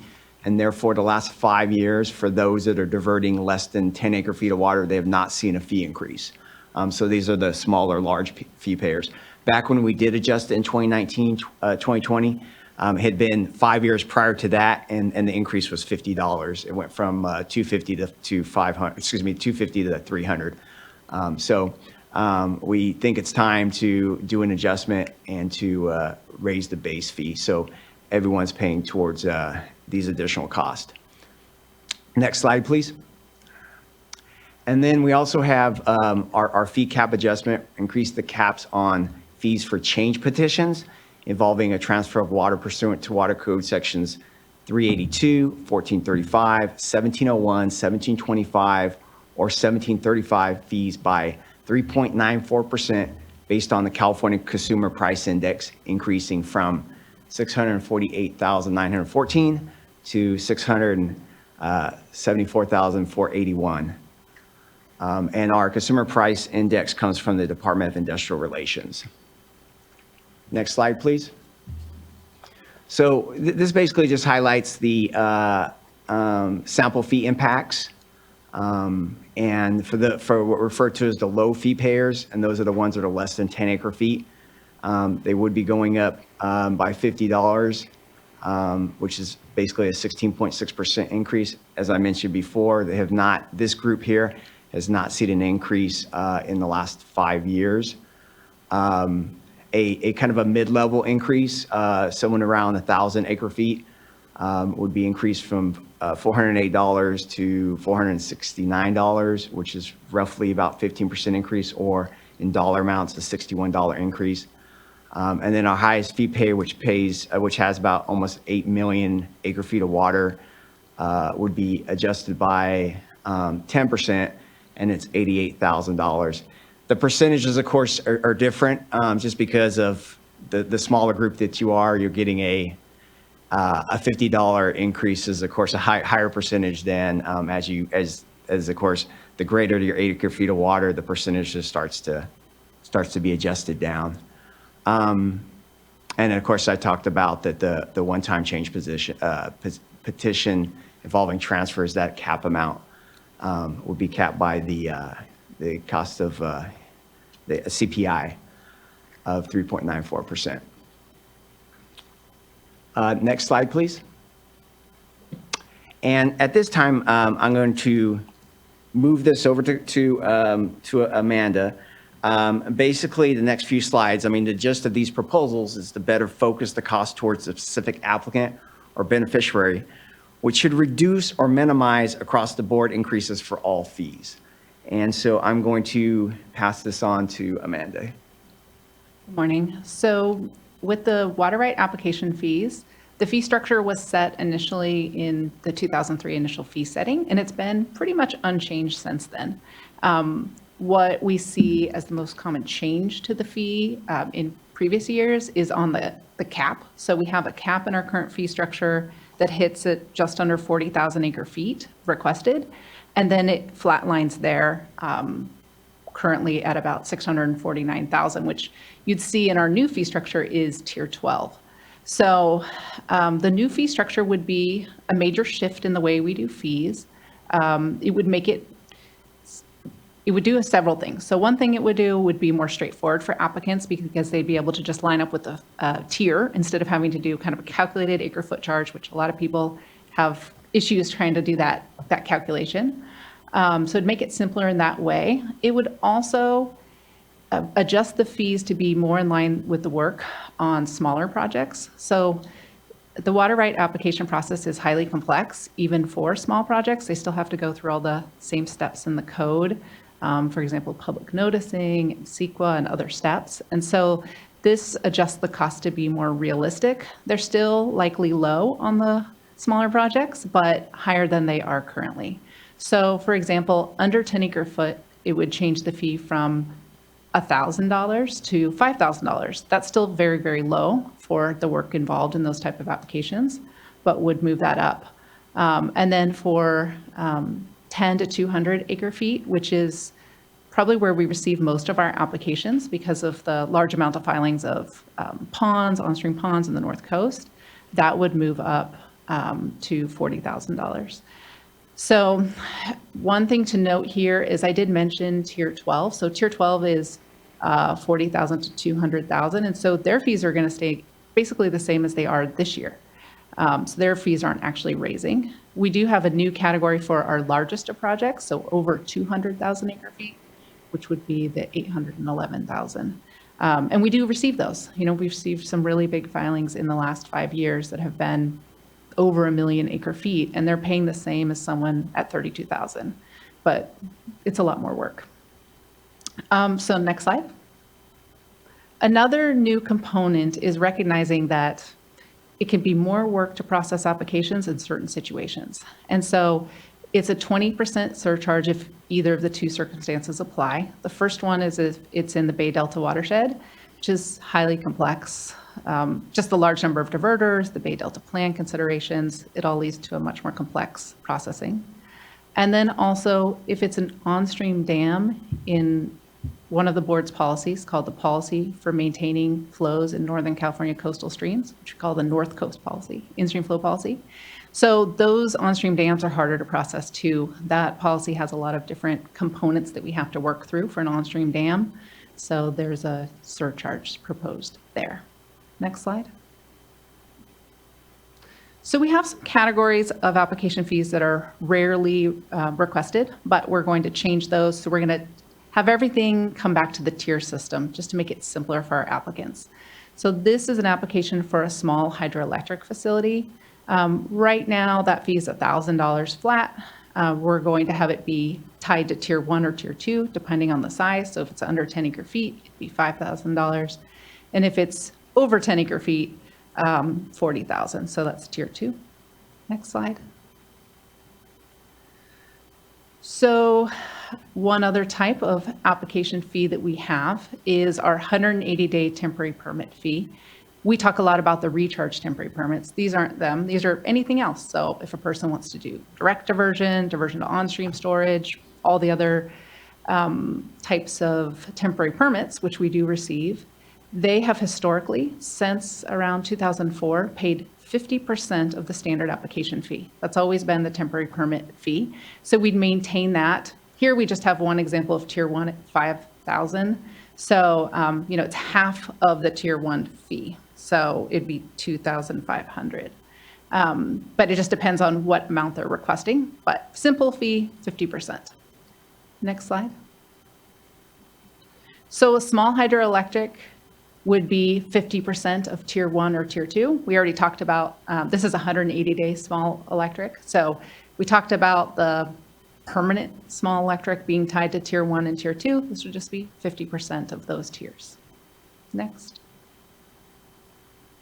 Okay, now we're going to get into the recharge temporary permitting, and the board has focused on these a lot. So back in around 2015, when SWRCB was picking up, you might remember the board reduced the fees here very low, around like $100, which is clearly not in line with how much staff time that we're spending on these. But the board decided to incentivize there. So they did that. And then the board came back around 2018 and raised the fees up. We had done a staff workshop on the fees, I think in 2017. They raised the fees up, but still not up to what like the staff workload is involved in that effort. So we raised them up. Right now, we have fairly complex fees on temporary permits for recharge. But if we talk about the initial filing fee, it's $5,000 plus 10 cents for every acre foot sought by the application. So anyway, that's a lot of calculations. But if you were to do 10,000 acre feet, it'd be about $6,000. It's like, and 10,000 acre feet is, you know, a fairly common project. We get bigger ones, we get smaller ones, but that's pretty common. So $6,000, just as a kind of to give us some grounding. So what are we proposing to change it to? So we're proposing to, again, tie it to the tiers. We talked about how temporary permits historically and for other categories are 50%. We're trying to do some fairly complex things here, but to incentivize like a better situation for our staff and a better situation for the applicants. So we had previously presented in a Hydra update about the temporary permits for recharge and some of the trends that we saw and why parties weren't diverting as much as we'd hoped. And part of that was that they were coming into us late. So what I mean by late is it takes us some time to process it, go through public noticing, to work through objections, to get a permit ready to get the project going. And that can take us about 120 days on average. And so we're trying to incentivize people to come into us in early summer so that they're ready for the next winter. And I mentioned in my previous presentation on that we held a staff workshop on that this June, and we actually did focused outreach one-on-one with our previous applicants and potential parties, trying to get them to file early.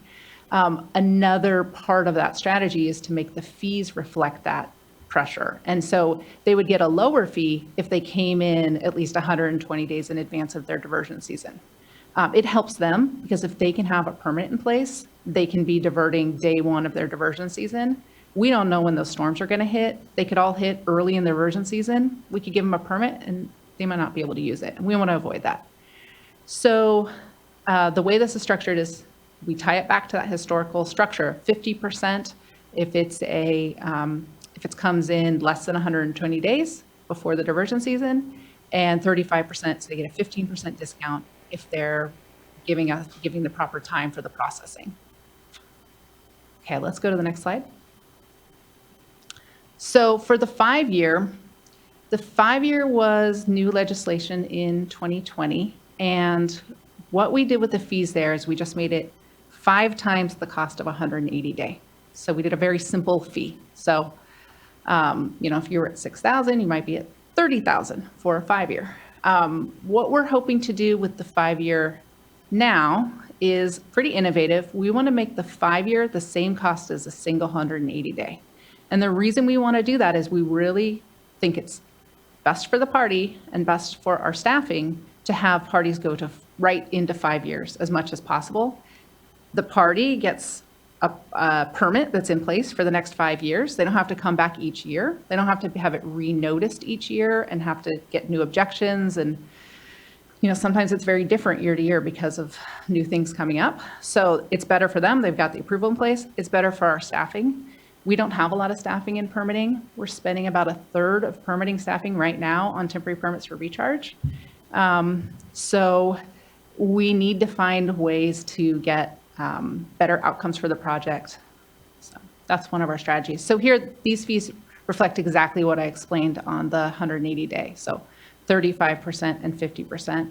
I didn't mention, but all the fees have the complexity surcharge. So if they're in the Delta watershed, or there's never going to be an on-stream dam involved in ground recharge, but if that was to apply. So next slide. Okay, so one thing that has come up is I talked about how there's this cap in our fees at right now at 32,000 acre feet. It kicks in with the new fee structure. It kicks in at 40,000, and then we have a secondary cap at the 200,000 level. So one thing that can happen is a party can split their application after they file. And they get split for a lot of reasons. They get split because there's different owners. They get split because their project is going to go at different paces, and so they put it into different phases, and so they move it into 2 applications. But the reality for 2 applications where there once was 1 is it's twice as much work. Like, we have to notice it again, and we have to go through all the process. So what this change does is just say, if they split their application and it's above 40,000 acre feet, so it's in the places where, they're kind of paying these flat fees like that, if the split would make it have additional fees, they'll pay us that difference.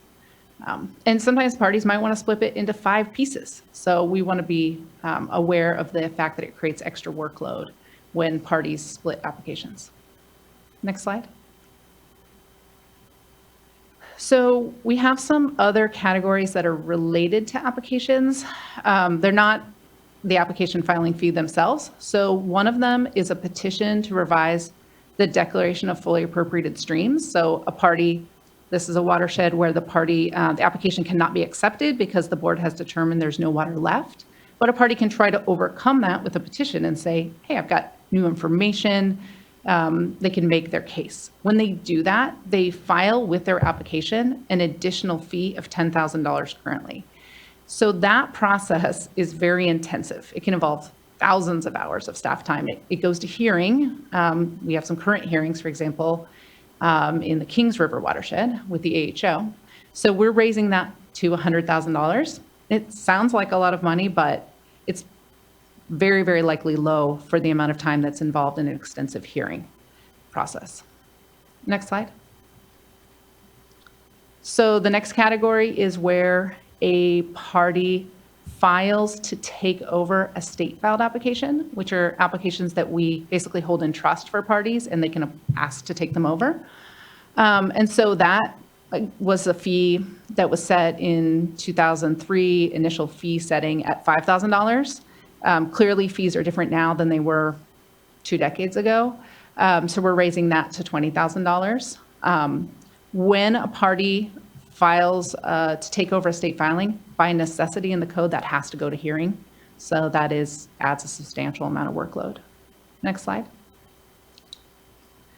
And then finally, there's a related category, which is parties who ask for release from state filing. So this could be just a normal applicant who looks at water availability in their watershed and finds that there's one or more state filings in that watershed.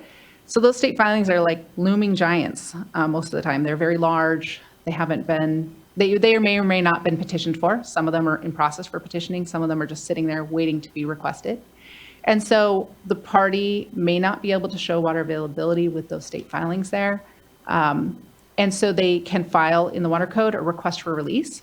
So we have found in recent history that it's kind of interesting with those because if it's protested, then by necessity, it'll have to go to a full hearing. And so we're raising that price there from $5,000 to $20,000. However, there is a unique case if the application has been noticed and there's no protest remaining or no protests were filed, then we're proposing to keep it $5,000. It is still a bit of extra work because we have to do a hearing, but the hearing is not a traditional hearing. It can be done by our deputy director. I'd consider it almost like a paper hearing. So there, if it's not protested, we're going to keep it at $5,000. And then if it's not protested and there's multiple releases requested, which can happen because in some watersheds, there's number of state filings that have been done, then we'd allow it to just be 2 times that, so 10,000. Even if they had to request multiple releases, we'd be handling them all at once with the same findings.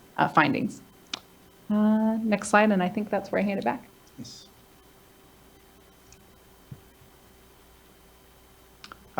Thank you, Amanda. So basically, this slide here, we're proposing fee changes on our registration program fees. And this is more just kind of language cleanup. Currently for small domestic and livestock, they currently pay $500. And what we wanted to make sure was the amendment fee is equal to the registration fee, which is currently $250. So there's a slight downgrade in fee there, but we just wanted to clarify that language. And then on the small irrigation, small irrigation for cannabis cultivation, the current fee is $750 for cannabis cultivators. Again, this is more kind of cleanup language and kind of more getting guidance. The registrant is proposing to change a small irrigation appropriation for cannabis cultivation to another purpose of use shall continue to pay the annual fee for registration for cannabis cultivation until a request for replacement water right has been filed and revocation has been requested by the registrant. And so again, we're just some language in to clarify that they'll continue to pay the $700 and $50 fee. Next slide, please. And so, sorry, I just wanted to make it clear on that last slide that those are just for changes. So these are not the regular fees that they're paying, but if they're proposing to make a change in either of those scenarios. Sorry. Thank you, David.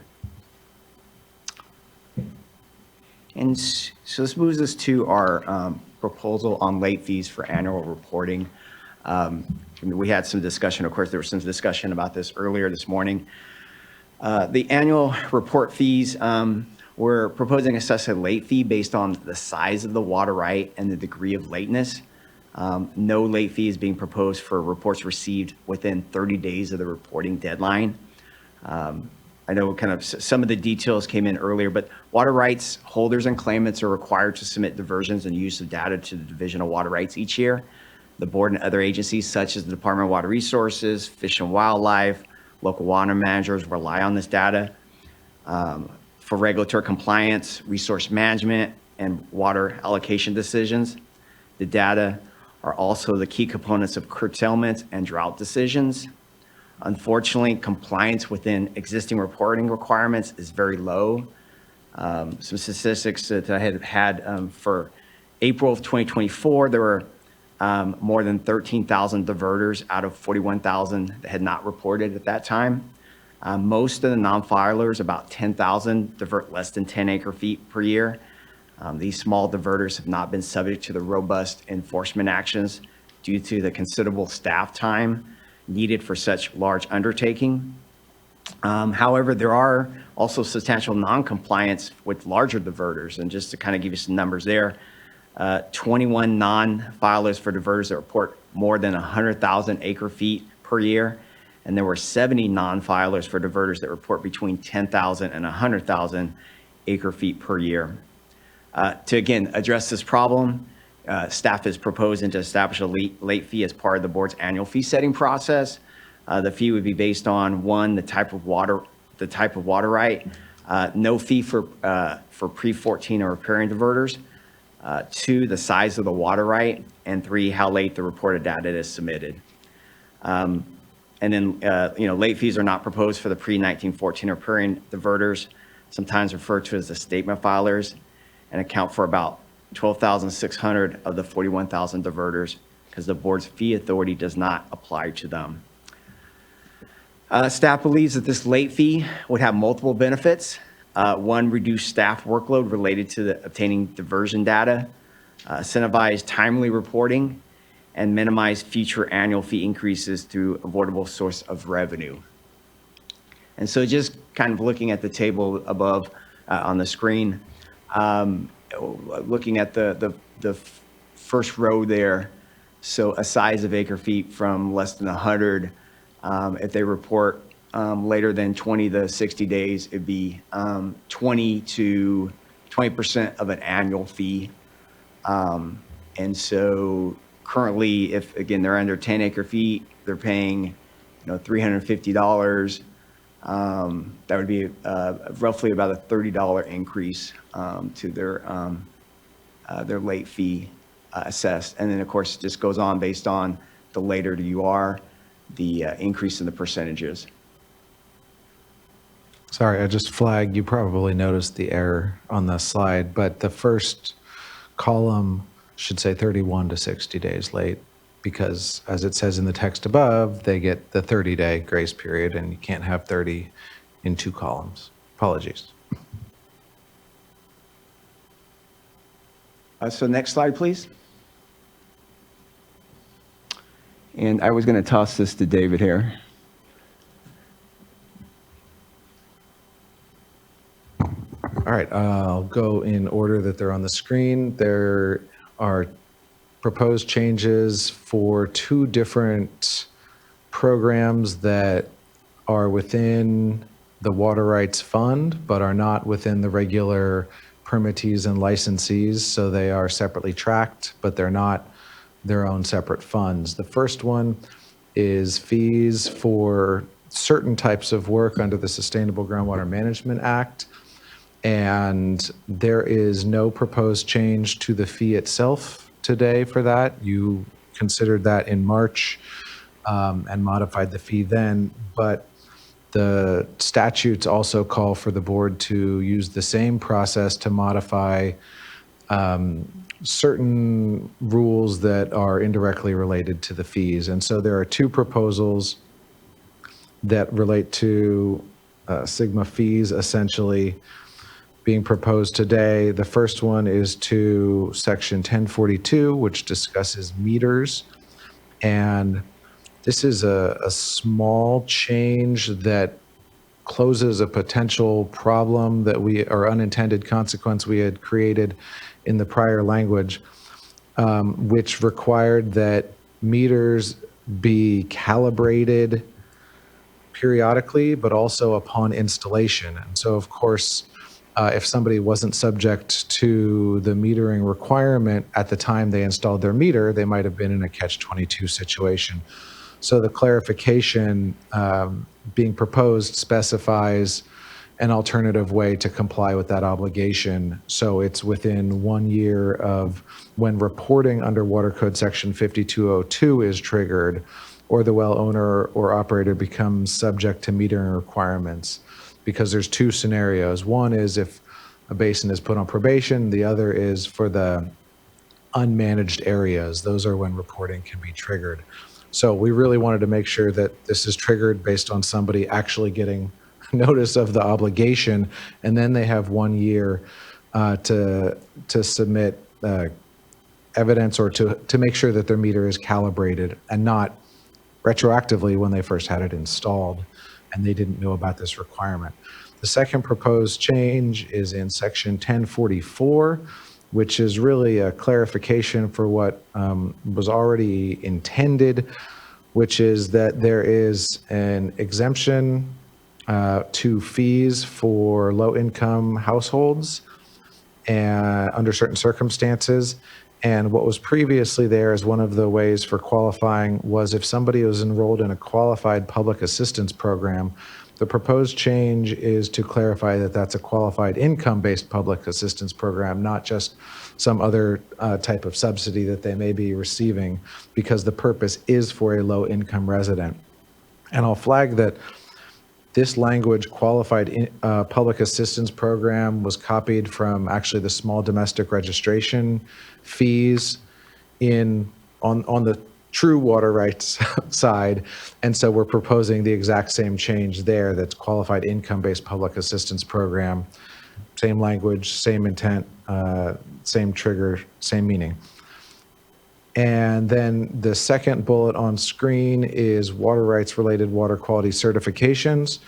The water quality certification program, as handled by the Division of Water Rights, essentially covers FERC, Federal Energy Regulatory Commission, licensed hydropower projects, and then hydropower projects, water quality certifications related to projects that are associated with a diversion of water, so a new dam or something like that, but not the program or the projects that are handled by the regional boards and the state board for water quality, like with WDRs and I don't want to oversimplify to say moving dirt around, but the other types of projects that most often require water quality certifications.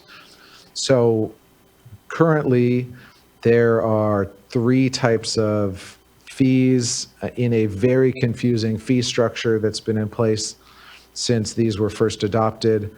One type of fee applies to FERC licensed hydropower projects, and then the other 2 types apply to the more traditional water quality certification projects, but one's handled by the Division of Water Rights and one's handled by the regional boards or state board.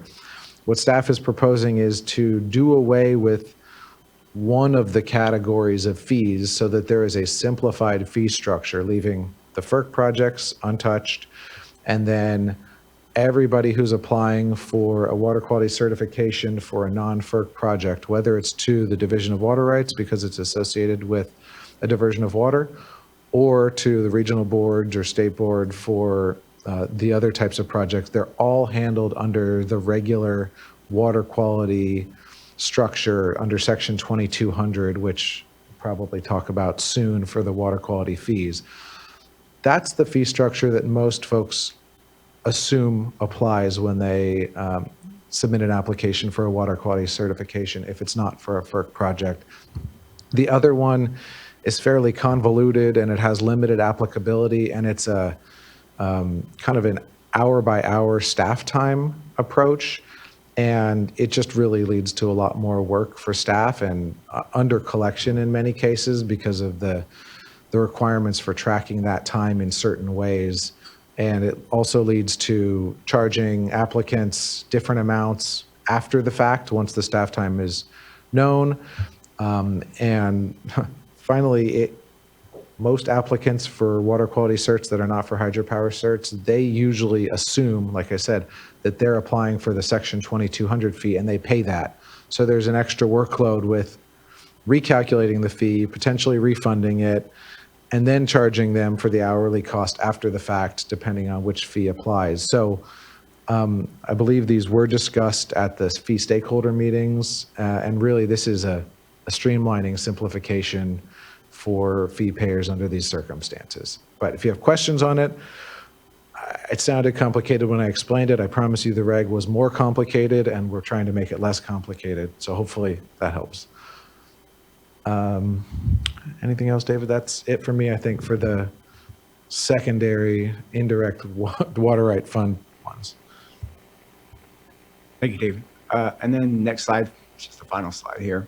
And then we just received one comment letter. I won't go over all these, but one comment letter basically with concerns and opposition of the proposed fees increases to the groundwater recharge permit fees. And next slide. And we're here for questions. Thank you, much appreciated. I know this is here our yearly exercise. It's our, following the direction of the legislature to be here a fee-based organization and trying to just recoup the cost of our programs and being clear on where staff time is going and how best to be able to support the good work that our programs are doing here, particularly on water rights. I know the Vice Chair and I have had a chance to discuss, and we have been hearing a lot of concern around the increases around the groundwater recharge fees. Here, importantly, the board is looking to incentivize groundwater recharge, but we also need to be able to pay for our staff time and programs. And we're trying to do better at ensuring that other fee payers aren't essentially subsidizing the amount of work. And as you said, Mr. Montgomery, currently we're finding ourselves with over a third of staff time being put toward on the permitting side, being put toward these temporary recharge permits. And I think, and here on the policy side, are looking to make sure we are shifting folks to those 5-year permits so as to not have as much of a workload on a yearly basis for permits that can better be, again, captured over 5 years. I think, we'll certainly hear, we have commenters, and I'm sure we'll hear from them, again, a feeling of an unreasonableness for the amount that is being increased. I want to have a conversation here at the dais as to maybe how we might look and maybe phase in the amounts that we're looking to ultimately increase by, but want to assure folks that, here we're simply trying to pay accordingly for the staff time that's being put into it. I know there's perhaps a lot of policy issues folks have with groundwater recharge permitting generally. Glad to talk about those in another forum, but we'll do our best here to, again, appropriately be able to capture the fees that we need to do and fund the important work that's being completed here. And I think it might be appropriate here to think about how we might phase that in and not just have one sudden increase here. I don't know, Vice Chair, you wanted to add anything further here at the top, but I know it'll probably be one of the central things that we'll end up discussing here at the dais today. Yeah, I agree completely, Chair, with what you've just said. I think a phase-in would be better. What I would like to do is just call out one paragraph in the letter referencing an overall 3.5% increase in costs. And so this is the group letter. So I think that it would be helpful to provide some clarity as to why such a significant increase. I know we talked a bit, but the processing for these permits, it's not like, even though we haven't been receiving the money, it's not like the cost just disappears somewhere. It gets shifted to the other fee payers that are within the water rights portion. And so maybe if you could help to provide some clarity, because I see Mr. Miller and Ms. Kramers, we're probably going to hear from some of the ag stakeholders, so it'd be helpful to just clarify that going into the discussion. But I do agree with the chair. I think looking at a phase-in would be helpful. I think that it would also give, I mean, really, we're looking at a policy here, and it's too bad we can't, we don't have the tools to be able to actually implement a policy to incentivize. We did that for years, but it just shifted the cost to others, which is, not equitable. And so just giving the stakeholders that would be supportive of this an opportunity to, maybe work through some of these issues at the legislature. And we can talk about the phasing in maybe after the commenters, but to comment on the 3.5%. So that's the cost of the BCP. So the BCP is 1.2 million, 5 additional staff, 4 permitting staff, 1 AHO hearing staff, to enhance our efforts on groundwater recharge. So that's the cost, David could comment, but that's the cost to the fund overall. It's not that doesn't take the cost and focus it on the parties who are actually getting the benefit of the permitting. And then the other number that's cited in that letter, around 11%, that's like spreading it out again over the entirety of the fund. Here, what we're trying to do is have the parties who receive the benefit, so the applicants, pay more of the cost. We're still not proposing they pay the full cost. But when you look at, so revenue and temporary permits is highly variable. We have years when there's low filings and years when there's high filings. Sometimes that's related to wet years.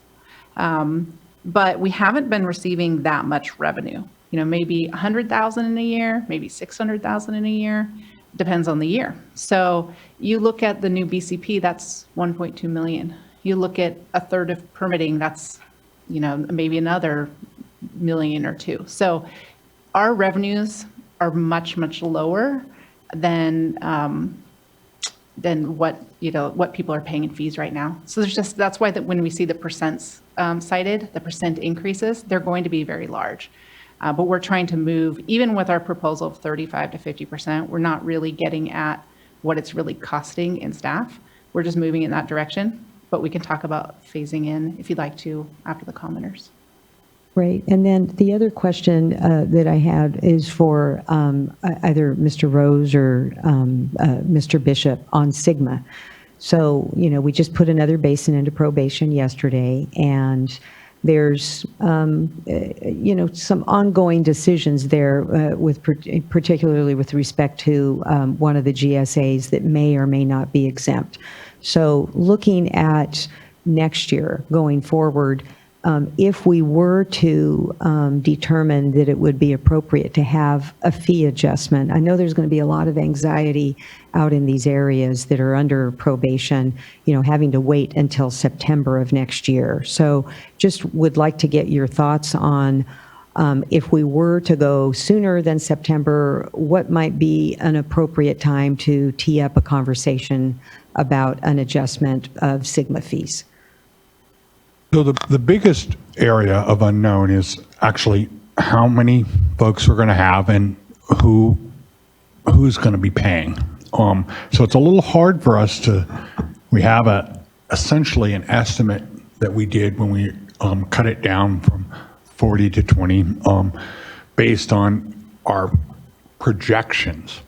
We're still in a projection mode.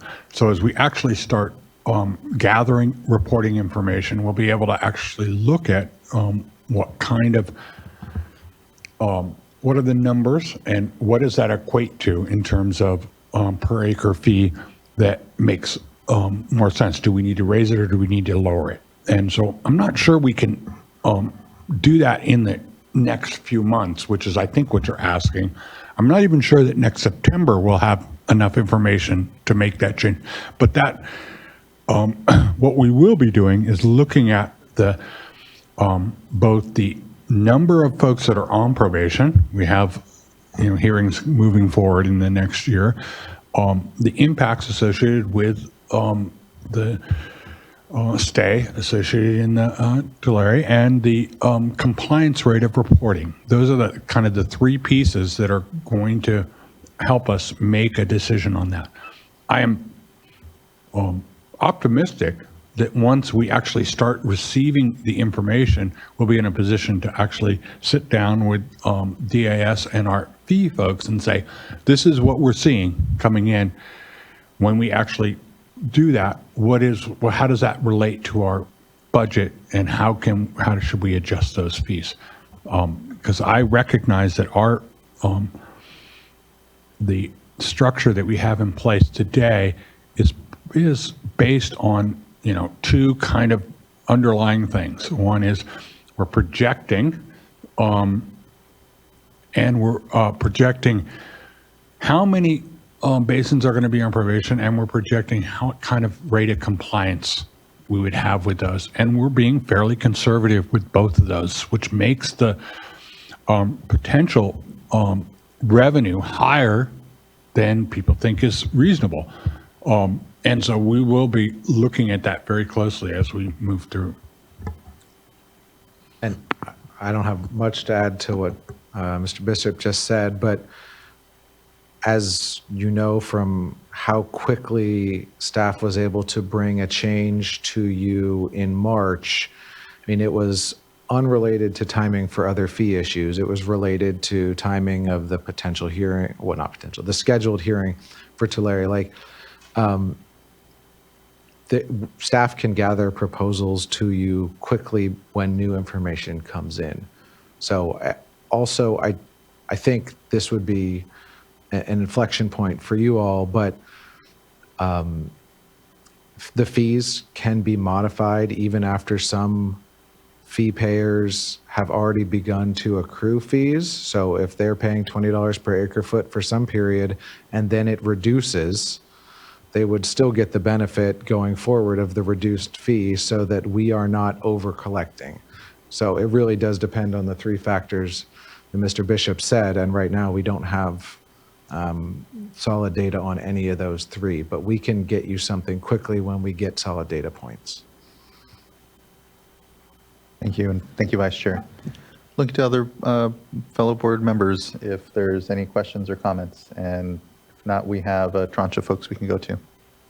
Okay, let's go ahead and hear from our first commenter, who will be Bob Gore, be followed by Charles Delgado, then Alex Beering, Michael Miller, and our last commenter here will be Noel Creamers. Mr. Gore, good morning. Good morning. I'm Bob Gore from the Gualco Group, representing Kings River, Modesto Irrigation District, Kern County Water, Zone 7 from Alameda County, the cities of Fresno, Long Beach, Santa Cruz, Woodland, Antioch, San Bernardino Valley Metropolitan Water District, and the California Association of Wine Grape Growers. I wish to thank the board, the chair, vice chair, all the members, as well as John Russell, David Ceccarelli, Cassandra White, Phil Crater, Eric Ekdahl, and their staffs for an ongoing participation in candid exchanges. I'm participating remotely because of two reasons. One, my wife and I just got back from our vacation, which included a civil rights museum tour in Memphis, where we ran into the American icon Ruth Elaine Lee. I urge you all to go. It fills in, for us, a huge blank spot in our historical knowledge. And the second thing I brought back from vacation was COVID. And that's why I'm not there today. So anyway, you didn't want me in the front row. From involvement in water policy and regulation since 2006, a few words. Water is essential. California water accumulates at wrong times in wrong places. Now, finally, public policy, law, regulation, and users are focused on supply, demand, and quality. The Water Board is a unique regulatory agency and forum. The Water Board and fee payers can and must collaborate to manage water and the attendant cost of compliance, which include these fees. Water is essential. Thus, water is a shared general fund and fee payer expense. Fee payers cannot devolve to the default shrugged off funding source as the trend is going. Fees cannot be levied without due formal and inclusive consideration. As an aside, for ILRP and ag lands and other people who do their permits at kitchen tables and in small Spartan Formica-laden offices, fees are a hardship, not a budget line item. There is a reason it is called the regulatory burden. I wish to thank the board for creating the fee working groups, but let's now broaden them to include program and regional boards to best achieve water goals and proper costs of compliance, including fees, with transparent, frequent, and meaningful mutual consultations. Fee payers' input would benefit from full, consistent data to understand our costs and then to apply our operational knowledge to assist the board and to establish true performance metrics, particularly metrics related to new BCPs, as we have heard. For example, how fast is the Administrative Hearing Office now clearing permit backlogs? And how many groundwater recharge and recycling permits will be created annually? Let's work together to increase ongoing collaboration, not outreach, but formal, full, productive, positive exchanges of information and solutions. To begin, let's create program improvement and cost of compliance management roundtables with the divisions of water quality and water rights using the ILRP review process that's just been established, and thank you for that, as an example. Let's do ensure everyone is paying their fair shares, as we heard earlier again. Fee payers can provide, and which we're not able to do in the current formats, operational insights, while staff explains otherwise unknown cost management efforts and efficiencies, which can be a surprise. These cost of compliance roundtables could perhaps begin with 4 issues raised earlier in this meeting. First and immediately, how to best phase in an historic fee increase to encourage recharge. Avoiding the sticker shock of fees unaddressed for too long. And during item 4 earlier, we heard some diverters do not report, quote, because it's too complex for them, unquote, which begs the question, why? And perhaps our collaboratory efforts could simplify this. And last, understanding complicated, nuanced discussions with the Department of Finance with regard to fee impacts. In closing, and thanks again, fee payers increasingly hear that new legislation is a cost driver. So, and with respect, we ask the board to direct its legislative office to work with fee payers in educating legislators, not lobbying, in educating legislators and staff on the costs of their ideas and new bills. And again, thank you. Thank you, Mr. Gore. Appreciate your comments. And again, I know it feels like we come back to this theme every year on the challenge of ultimately here just trying to recoup the cost of our programs. And when it comes to direction from the legislature for new positions, budget, new legislation, that is a process unto itself. But we'll do our best to continue to make sure we're communicative and here providing the information that fee payers are looking for to give confidence that the board is using wisely, again, the fees that are coming in, but it becomes difficult sometimes because I think for some, there's a desire for a negotiation, if you will, around what the legislature has already directed us to do. But again, I think that there are opportunities for us to be working better together and look forward to doing just that. Thank you. Thank you, Mr. Gore. Next, I'd like to call up Charles Delgado. He'll be followed by Alex Beering, and then Michael Miller and Noel Kramers.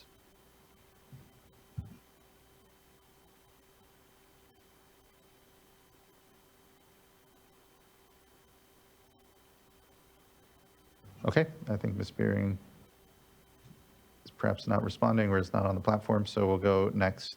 Sorry, Charles Delgado. Sorry, Ms. Beering. Oh, okay. It's Charles Delgado that wasn't here. So we'll go to Ms. Hold on. Beering. We'll go to you, Ms. Beering. Thank you.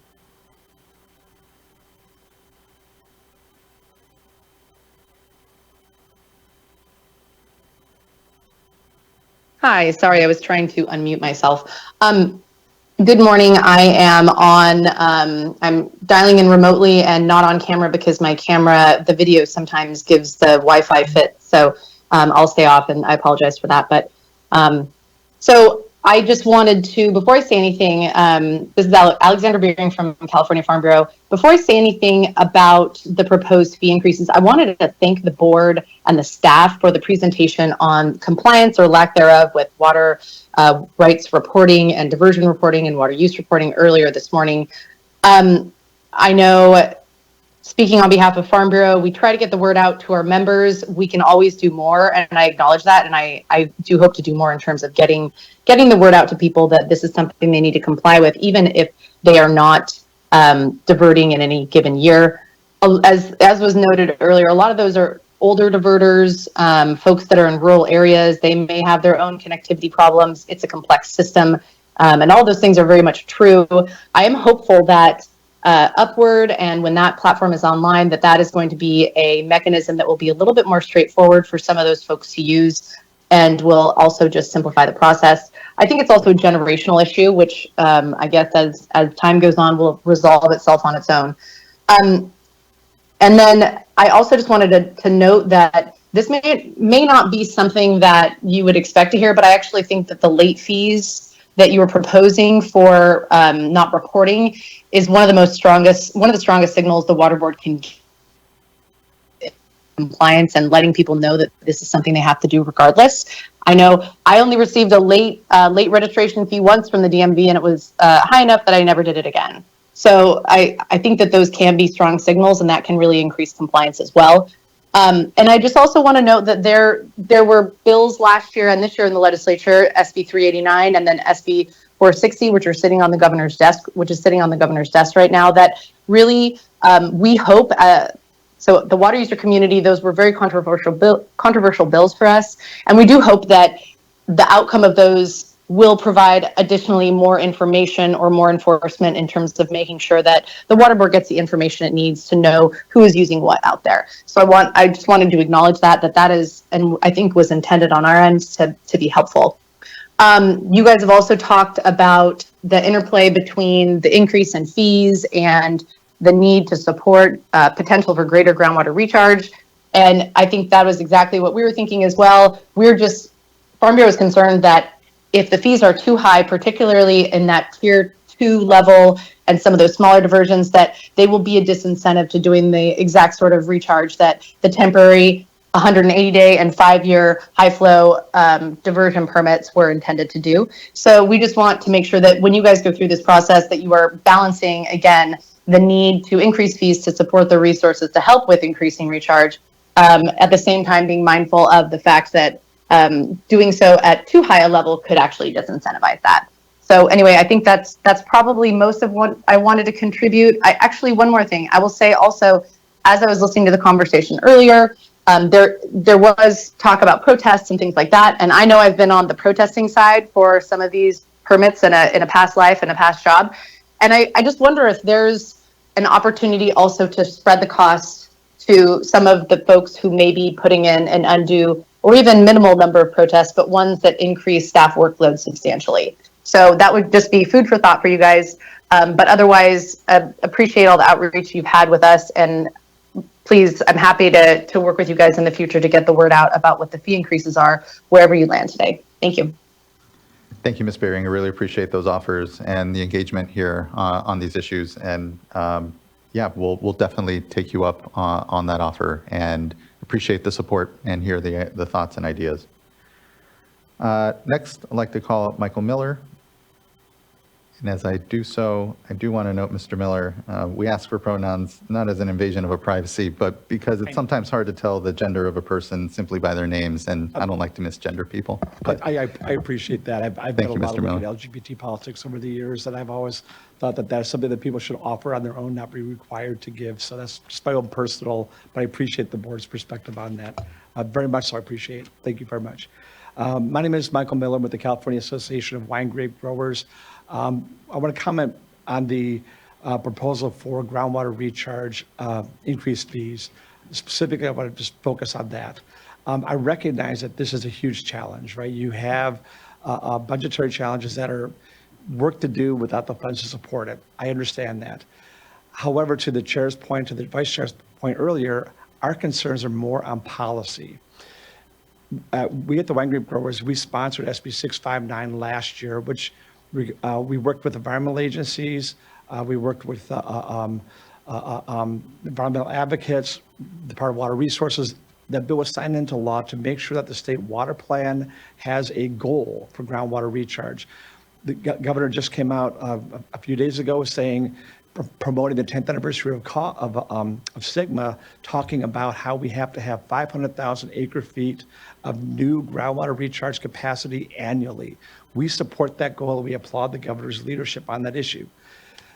What we have here, though, is the reality that when you increase these fees, you are discouraging that action. And I know that that's not the intent, but that is what happens on the ground. You have a situation where groundwater recharge is already very expensive, and the incentives for doing that aren't easy, right? So people we're trying to streamline the permits, but at the same time, if you're saying we're going to streamline the permits, but those permits are going to be beyond the cost, what you've essentially done is create a situation with a carrot and a stick approach to encouraging the public to take action to help achieve a public policy goal. The carrot is we're going to expedite the permits. The stick is we're going to hit you with these increased fees to the point that those permits are unaffordable. So that doesn't help us achieve our bigger outcome. I want to also ask that you take a look at this relative to the Clear Lake hitch, okay? In December, you took up an emergency regulation that directed information orders in the Clear Lake watershed, okay? The idea was collect data on groundwater wells. How much water are we pumping from underground? How does that then affect the stream flows? And how does that then affect the habitat for the Clear Lake hitch? Generally, I think there's some theory, some thought that if you overpump the groundwater, you're going to reduce stream flows, you're going to create some harm for the hitch habitat. If that is borne out, and if that is true, one of the ways of addressing that is through groundwater recharge. That's one of the ways of getting there. In Sigma, you have a supply and a demand side. The supply side is to pump water underground doing recharge. The demand side is to reducing that pumping, right? To reducing well use. If you take that off the table with these fees, that's gone, okay? And many of you toured Clear Lake recently. Last summer, I was with some of you. You know that area. The economics of that area barely support the cost right now to do recharge. Increasing the fees, even delayed down the road, is going to take that option off the table relative to the hitch. So we think it's contrary to the bigger goal of increasing groundwater recharge. It's also contrary to the micro-focus goal of protecting the hitch. And we know that that's not, those are policy concerns that don't address your budget issues. But look at it also from just the budget perspective. If the fees are so expensive that people don't do groundwater recharge anymore because they just can't afford the fees, you're not going to get that revenue. That doesn't even help the budget problem here. So with that in mind, we're asking, relative to the groundwater recharge fees, I think we need to revisit the issue, put it on hold for a while, bring the stakeholders together. Let's try to come up with a plan that addresses your budget problems, but also doesn't have the harmful effect of standing in the way of a big public policy goal, and that is increasing groundwater recharge, because if we don't do it, we will run out of water. Thank you very much for your time. I appreciate it. Yeah, thank you, Mr. Miller. And I think to the Vice Chair's comment earlier, you know, it begs the challenge we have with trying to incentivize policy through fees is ultimately we're kind of caught in a place where it's not accurately able to then support the staff time that it's actually taking, and we don't have anywhere else to go. We're a fee-based organization here, and you know, I think definitely open to making sure that we strike the right balance as to how we phase those in, but unfortunately, it's ultimately a kind of a zero-sum game ultimately on fees and the resources we need to actually conduct the work that we do. But I appreciate the points, and I think that what we definitely have an opportunity to do collectively is to continue to inform the legislature and all of us as to what are the activities that are going on, what is perhaps other appropriate places to find resources to conduct that work in the program, groundwater recharge permitting here. But you know, I think it unfortunately is simply the way we're set up as a fee-based organization that creates part of this challenge. And we create that challenge ourselves too, as we had very artificially low fees, yes, to incentivize folks coming in the door, but creates these longer institutional issues for us as well. So I appreciate the comments and hear the consideration. Thank you. Ms. Creamers. Morning. Noelle Kramers with Wine Institute. Appreciate the opportunity to comment this morning, and I want to echo the concerns that Mr. Miller raised on this and continue along the discussion around policy. So, I mean, 2 years ago, California adopted California's water supply strategy, adapting to a hotter, drier future. I mean, one of the provisions in there, which I included in the letter, was the recognition that fees can act as a disincentive, and DWR should pay fees for groundwater recharge projects to help incentivize that. And that was under the old fee structure. So with the new fee structure, I mean, there's a project that our members are participating in the Alexander Valley, and the current fee structure would require a fee of $6,000 for that project. If they apply prior to 120 days, they would need to pay nearly $41,000. If they waited to apply closer to the time when they knew the hydrologic conditions as to whether or not there'd be water available, they would need to pay over $58,000 for that permit. So that's a huge change in this project that's ongoing, that already has budgets laid out, that they now have to figure out where that money is going to come from to do something that the state has been asking folks to do. And our members have taken very seriously the charge to help increase groundwater levels and to recharge groundwater. And so we completely understand that it's a challenge for me to get up here and say, don't increase these fees, knowing that you have to pay the cost of staff to analyze the permits. And so it is a zero-sum game. But we want to be here today because this is a larger issue. The state has a policy that I think everyone in this room supports to try to improve and increase groundwater recharge. And so let's have these larger discussions around how do we make sure that we incentivize that.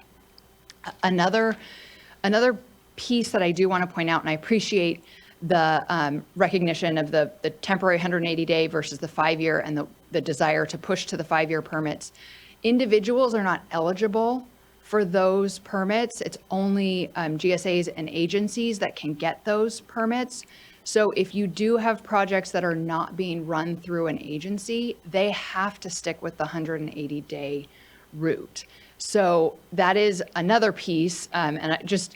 There are a lot of issues around here that I think it would make sense to come together, have these conversations to figure out a long-term solution as to how we continue to incentivize groundwater recharge and make sure that the costs of running the program are covered, but maybe there are ways to subsidize some of those costs or look at how do we, I mean, this is another thing that fee payers pay is, are there efficiencies that can be improved and added into that program?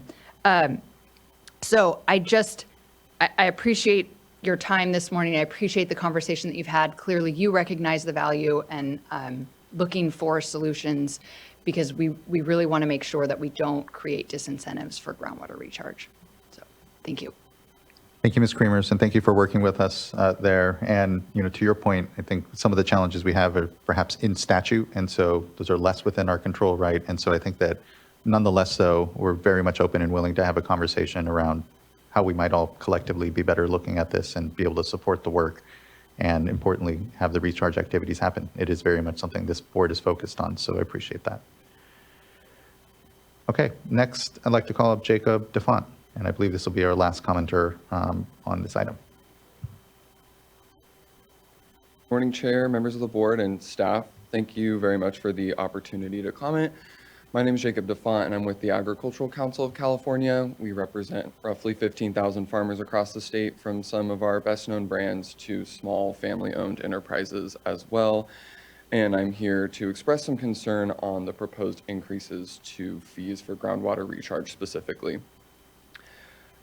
As written and as proposed, the fee increase will have a significant financial impact on our farmers and ranchers as well, who are implementing or want to implement essential groundwater recharge projects across the state to help reach this policy goal that we've all been referencing for groundwater recharge. You heard the previous commenter speak about some specific examples of price increases. One thing we noted in our letter that really stood out to us was that these fee increases on average are an increase of about 1,500% in some of the most extreme cases, which when you're a farmer operating on a razor-thin margin, that may be infeasible in terms of compliance or in terms of just farm budgets. California farmers are already facing some of these razor-thin margins as it relates to increases in the cost of inputs on farm and facing another financial pressure in the form of fees for doing something that's pretty proactive in terms of helping our hydrologic conditions in the state is just another pressure on some of their budgets. Let's see.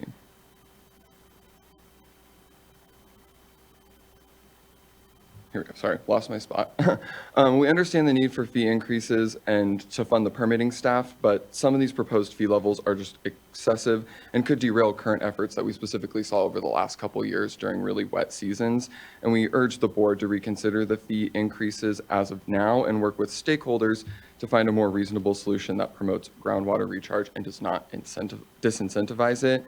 Groundwater recharge is not just a public policy goal, but a public necessity as we face hotter, drier futures. Thank you. Thank you, Mr. DeFont.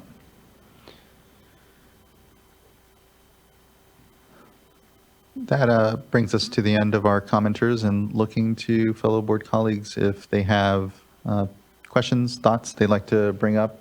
And then otherwise on the issue of groundwater recharge fees, what I propose is let's cut it in half, pursue a 50 of what was looking to be increased, a 50% increase of that, and leave us some space to be able to chat further with folks over the course of the next year, but start to try to better align again the work. So again, not try to accept the full amount that was looking to be increased, but cut that in half at this point. Okay. Would be, I think, my fair assessment of what we could move forward with here. But looking to hear from other board colleagues and folks on how they feel about that, and you all as well as to what you might need to do or any considerations we have about that. Chair, could I just want to, I feel obligated to remind the board that unless there's some change in legislation or an increase in our general fund, next year would be also a large increase. So it's not like it goes away. We would have to propose it. You all can phase things even more. I mean, that's your decision, but we have to actually propose something that gets as close to covering our budget as possible every year. So just want you to be prepared. Yeah, I appreciate that. I know in previous years when the board is elected to not fully recoup the costs of our programs, and I think of COVID particularly when we ended up, I think there for a year, pausing on some of the fee increases, it just builds up that need and just means oftentimes, unfortunately, larger fee increases even later. But I think, given the concern and given kind of where we are, it'd be appropriate to give ourselves some time, but definitely noted, Mr. Bishop. And again, we're left here when we have this yearly discussion on fees at truly a zero-sum game where we're just recouping the cost of our programs. So, Mr. Rose. Yeah, I'm not sure if this is helpful because it doesn't involve the zero sum of our own fees, but I wanted to contextualize this briefly with things the legislature has done recently to implement this policy, which is a reminder that I think it took effect June of last year. Water Code Section 1242.1 takes certain groundwater recharging projects out of the permitting process. So we don't incur any costs for those. Those are the high flow events that meet certain criteria. So that is a way, not a way that shouldn't be pointing to myself, that you could implement, but the legislature implemented things like that do not have costs to the board. So it's not all or nothing in terms of these projects coming in and having costs to the board. There are some that do not. That the water taken under those doesn't get, I guess you could say, colored to a certain entity. They don't have exclusive control under it or over it, but it does recharge the basins just the same. So different way of approaching it, but not something you could decide on here today. I just wanted to put that in as context for something that is new and available that doesn't have cost to us. Yeah, I appreciate that note. There's a lot of, there's newer options certainly when it comes to approaching groundwater recharge and flood diversion when folks are in times of flood. And to your point, though, doesn't give that person a right to then those actual drops later, but does help ultimately basins is an important note. I appreciate it, Mr. Rose. Vice Chair. I think what you propose is appropriate, Chair. And what I'd like to do is also understand next steps. So there's the big policy, things that are, probably beyond our control. So those conversations probably need to occur. And I'm reminded that for many years we had many in the ag sector that were concerned and continue to be concerned with the water quality fees. And what we did, I think, with Mr. Bishop, your leadership and others, was to at least make sure that everyone was using the same set of facts so that as stakeholders went to advocate for adjustments, if we were ever asked questions about the numbers, we would be able to concur and say that the information that they have is correct. And so I think that I just want to hear from staff, unless there's another time frame to have this discussion. When's the first stakeholder meeting that's conducted, or the next one after we would adopt today? So the next stakeholder meeting would actually be roughly around March of 2025. Okay, so, I don't know. I see Mr. Miller making a face. So, maybe we could expedite that or have a special one for this. I just think it's important to keep the conversation going. The other piece is to collect information to see if this really does result in a reduction in the number of permits that are filed. And then, Mr. Rose, you made a very good point. I think the vast majority of recharge that's going on is the one where, you don't get credit. And that's really related to very high flow events.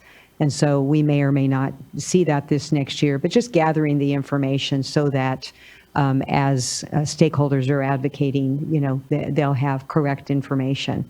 And then the other thing was just asking Ms. Montgomery if you're planning on having another workshop, because I know that can be really helpful to just make sure that potential permittees have the information they need in order to go through as smooth of a process as possible. And so I think that when you have those touch points, it's an opportunity to provide that information, but then also to receive information about, are there things that we can do to further streamline the process?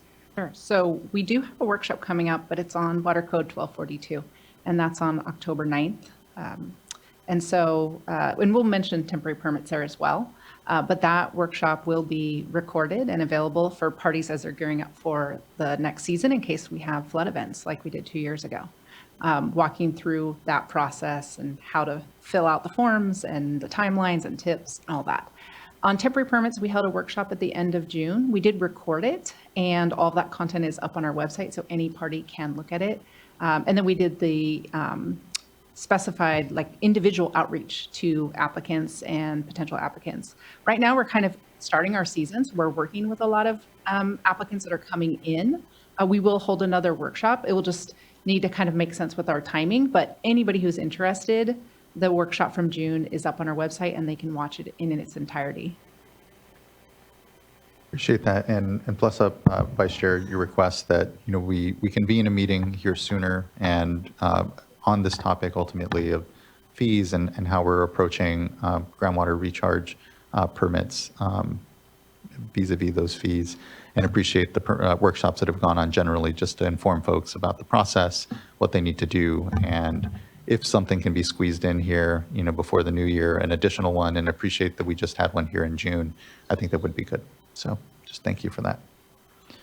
So we will work to set up a meeting in the near future. I can't give you a date yet. We'll have to get together with staff and then reach out to the folks here and other folks that have commented on this to try and get the word out. Thank you. Much appreciated. And Chair Esquivel, apologies to interject, but you proposed to start off the conversation cutting the initially proposed fees in half. I wanted to make a small plug right here. So the originally proposed fees would be 35% of the fee otherwise applicable, or 50%. If we cut those in half, it would be 17.5% and 25%. My plug would be that there is a larger difference in between the two, so that these do come in more than 120 days in advance. That one right there really helps on the staff workload and the turnaround time.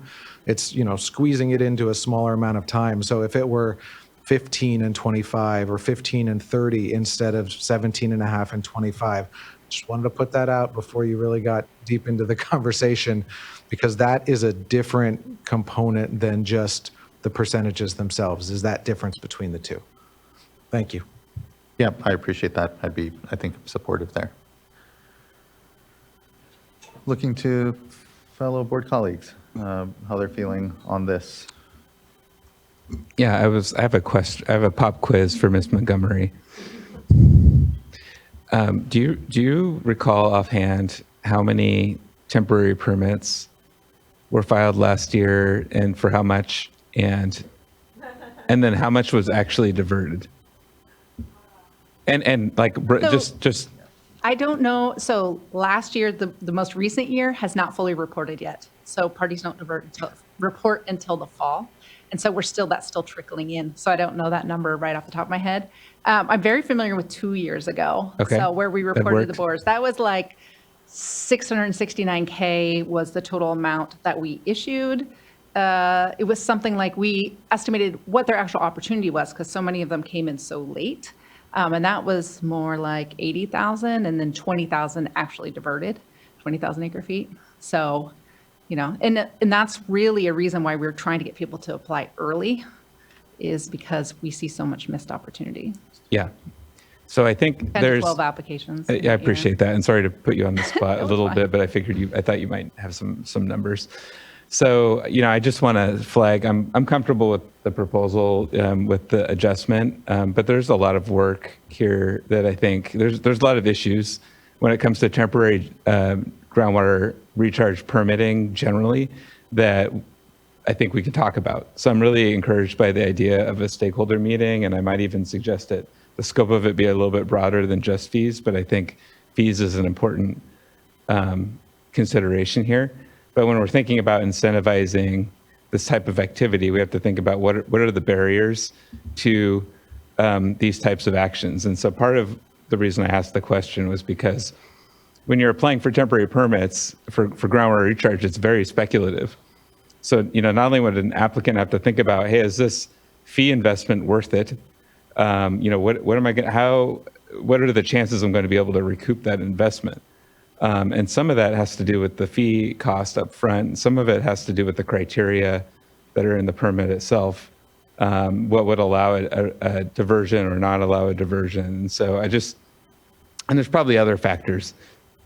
But I just want to flag that that's something I've been thinking about, are those numbers. What are we seeing even in a wet year? How much recharge are we seeing versus the amount that we've permitted? So, and for me, that all factors in here to this conversation about fees, because the fees are being set based on what the applicant's applying for, not what they're actually, at the end of the day, able to divert. So it does weigh on me a bit when we're talking about increasing the fees a significant amount. It's on some prospective guess. It's a gamble. And so I really have an open mind about what makes sense for the long run. I think this is a helpful change, and I hear you on the timing about wanting to incentivize applications to come in earlier in the season. I agree with that. I also want to hear more about how do we help folks understand the benefits of a 5-year permit and how to get over that hump. So anyway, I just think I'm comfortable with the proposal if other board members are, but just wanted to tee up that there's maybe a few other items that we could discuss in this conversation. Yeah, certainly. I appreciate that, board member. It very much crosses my mind quite a bit as well, as we're very hyper-focused on what actually gets recharged. And ultimately, there are a number of requirements that other sister agencies may have. And so some of it is within sort of our control, if you will, when it comes to how we structure permits. And I've similarly heard, complaints from folks that there's a feeling that, we're missing the mark because although we're authorizing up to a certain amount, there's all these other complications. And so, yeah, there's definitely a policy discussion to unpack all amongst it. And there is an interweaving here with the fees. And so just agree with you that we should continue to keep mind, and it's front of mind for me as well. So appreciate that, board member. Board member Firestone. Thanks. I just want to make sure I'm following the proposal or discussion. Is this just on the 180-day temporary permit, or is this 5-year, or both? It's for both. So the proposal I is guess to- the proposal from us Oh. to reduce it 50% is the chair and vice chair's proposal to reduce both of those 50%? I think so at this point. Okay. Yes. Okay. And I guess, is there, I'm just wondering if, I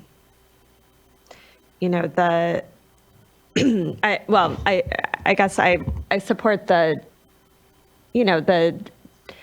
acknowledgement that that there's a lot of policy issues here and a lot of complexity. I think we want to try to incentivize, not having to come every year for 180 days and come for longer term projects. And so it seems like what we want to do is figure out how to incentivize that. But I also very much appreciate that, as already been said, as chair, as you said, this isn't, a lot of times when we're trying to incentivize or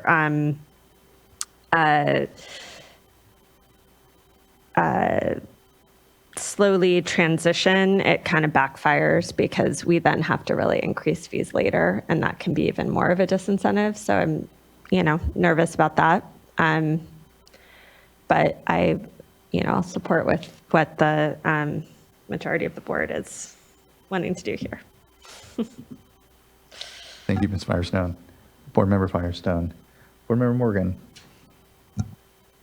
Thank you. I'm also supportive of the proposal.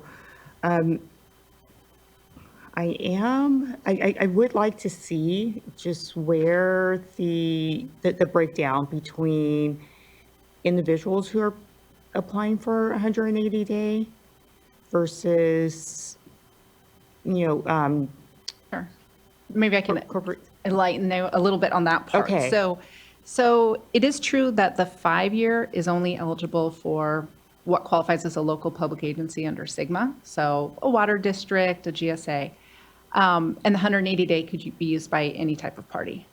But there's a really important consideration, and that is, well, one, we haven't had any individuals apply. And the second is, if an individual was to apply, the board would have the burden to do CEQA on their behalf, and that would be very time intensive for us. The way it works with the 5-year or all the 180 days that we've done on recharge is they've been qualifying. There's one of two scenarios. Either the party is acting as lead agency, so we're only acting as a responsible agency, which is arguably much less work for us, or it's been operating under a CEQA suspension. There's been a series of CEQA suspensions that have been in place since 2015. And those CEQA suspensions are only eligible for local public agency, state agencies, where we're in a responsible we're not even in a responsible agency role because it's suspended. So that concept of an individual applying, while a true statement, is not occurring with this body of work. Thank you, Ms. Montgomery. That's helpful. And so with that, that helps clarify that piece there. So just want to make sure, just, as we're moving forward, that this here is that able to really do incentivize moving towards the longer, 5-year permit. And we're not, I don't want to say unfairly, but leaving a group behind.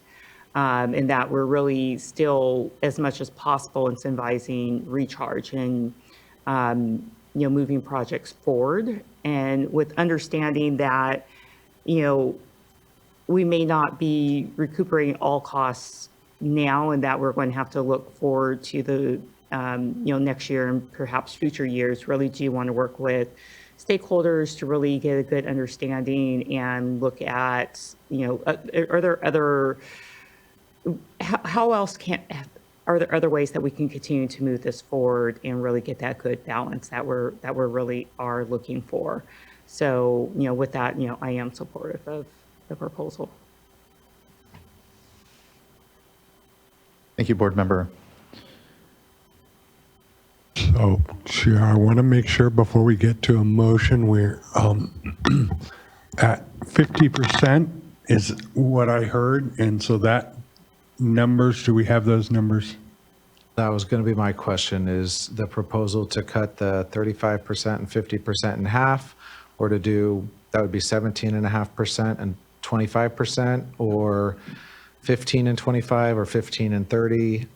They're all about the same place, but I, of course, want to write it up and make sure that if we want to put it on screen or you have a proposal, that we're very clear on what exactly the motion is. Thank you, Mr. Bishop.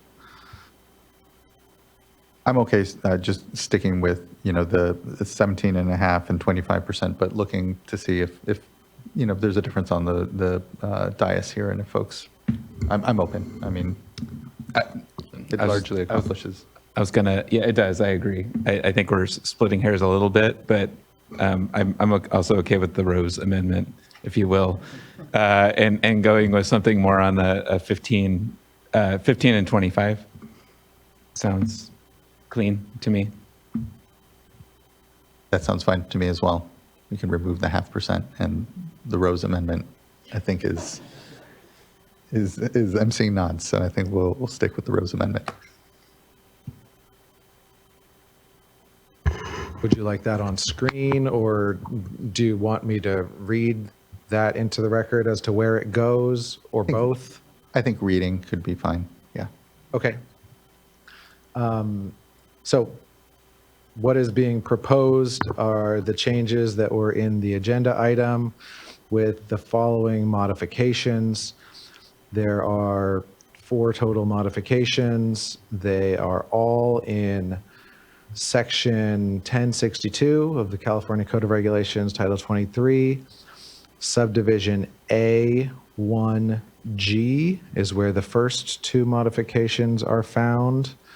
That's a lowercase a, number 1, capital G, and the 35% would be changed to 15% for the percent of fee identified in subparagraph A for the project submitted at least 120 days prior to commencement of diversion.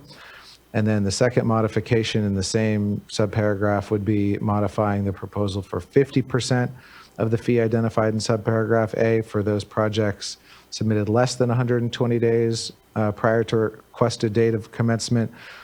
It would become 25%. So I'm not reading verbatim, but making the change. The similar, actually identical changes would be proposed in subparagraph I, also in A1, and the 35% would change to 15% and the 50% would change to 25%. Only changes discussed so far. Thank you for reading those in. Anything else board members like to discuss? Any questions, comments? And then otherwise, we may be prepared for a motion. I'll move to adopt item 6 with the changes read into the record by Mr. Rose. I'll second. Thank you both. Ms. Tyler, can you please call a roll call vote? Vice Chair Diadamo. Board Member Morgan. Aye. Board Member Firestone. Aye. Board Member McGuire. Aye. Chair Esquivel. Aye. Thank you. Thank you as well. The vote is unanimous, and the water right fee schedule is adopted. And appreciate everyone's work and discussion here on it, and look forward to it. I know will be further discussion on it. We are nearing the lunch hour here. Let's take a quick break, though, just a quick 10-minute. What we'll plan to do is go ahead and then come back after the break, hear item number 7, since I see a number of commenters and that's on water quality fees, and then take a lunch thereafter, and then we'll continue on into our fee discussions. But let's give ourselves a quick 10-minute break and come back here at 12:12. Thanks, everyone.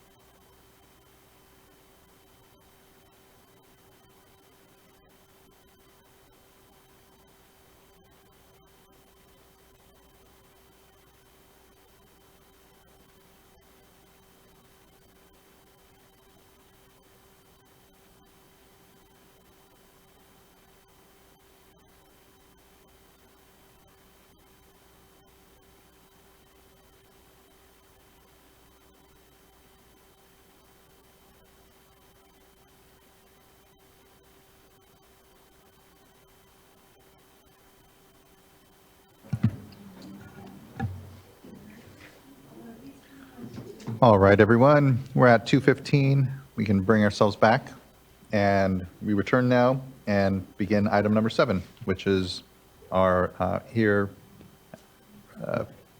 fee discussion on water quality.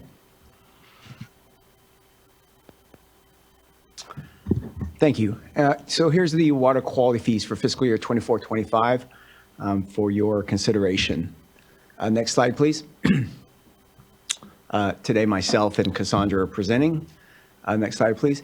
The staff presentation, it's going to outline our stakeholder outreach, the Waste Discharge Permit Fund cost drivers, the Waste Discharge Permit Fund program budget detail, percent fee changes by program, samples of the fee impacts by program, proposed fee changes, and then comments that were received, and then finally questions. Next slide, please.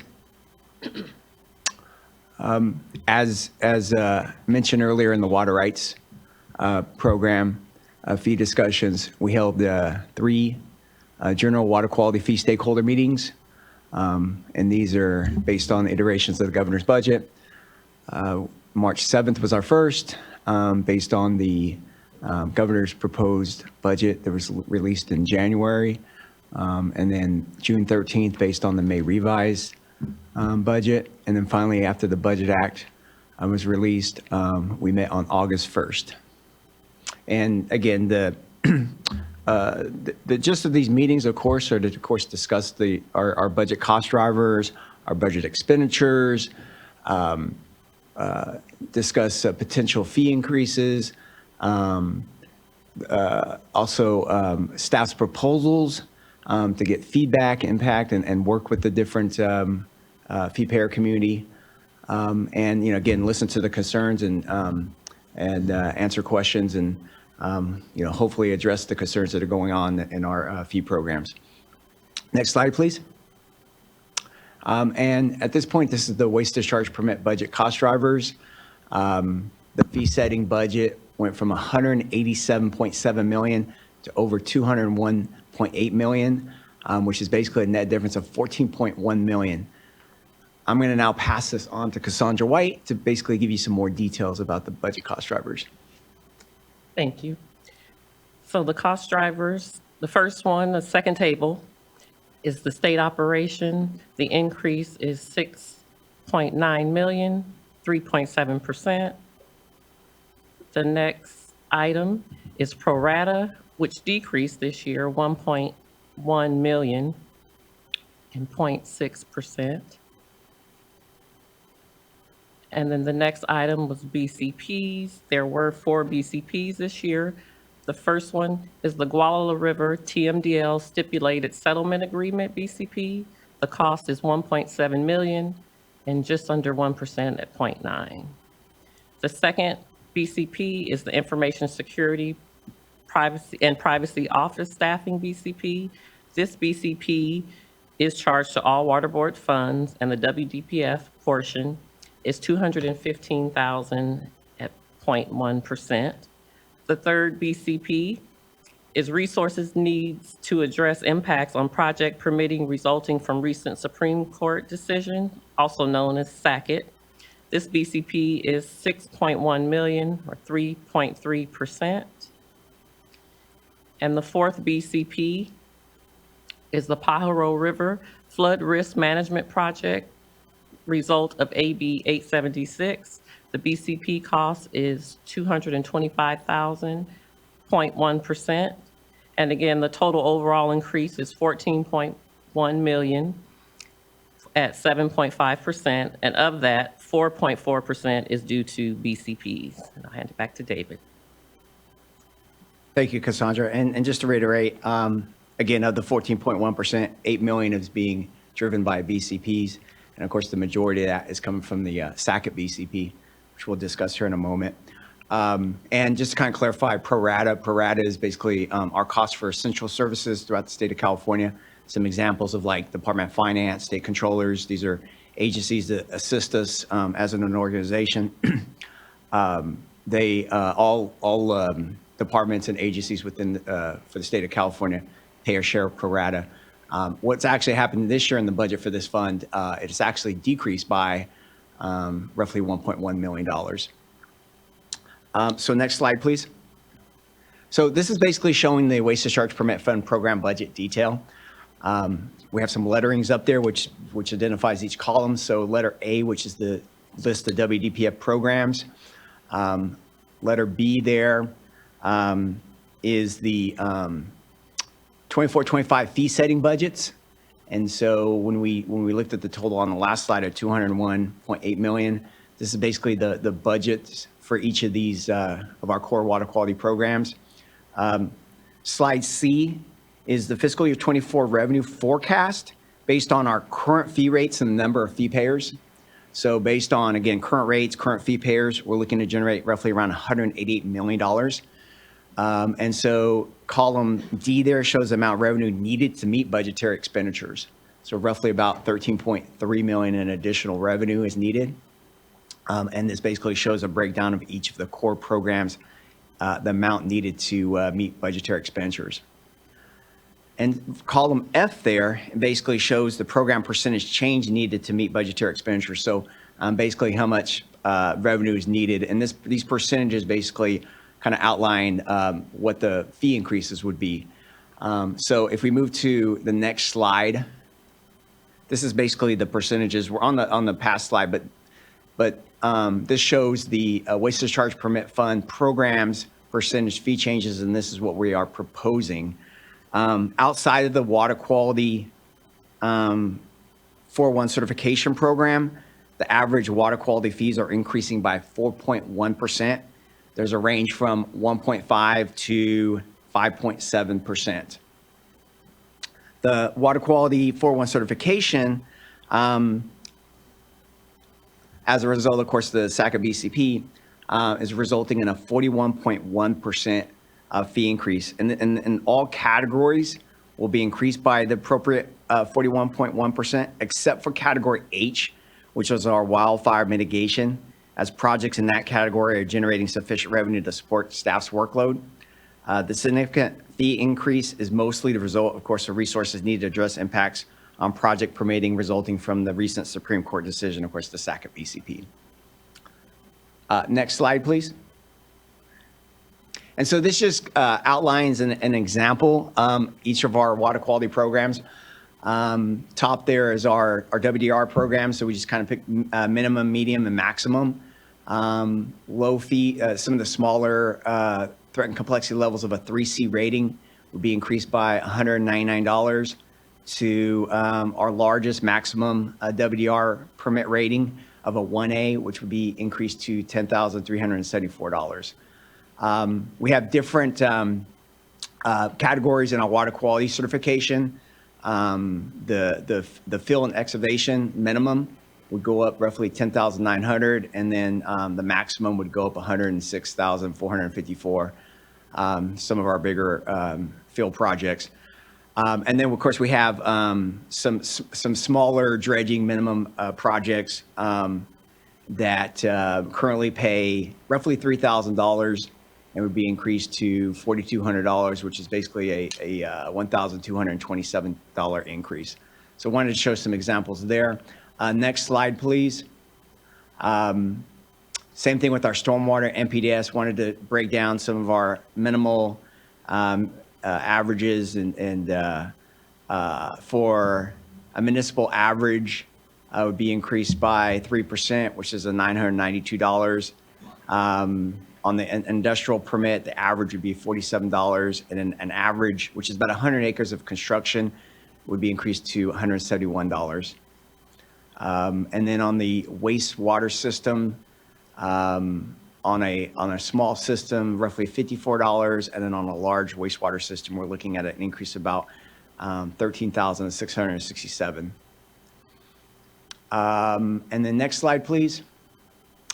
And then finally, kind of representing the CAF, the Confined Animal Feeding Program, the dairies, roughly at 5.4%. Small dairies would be increased by $40, with large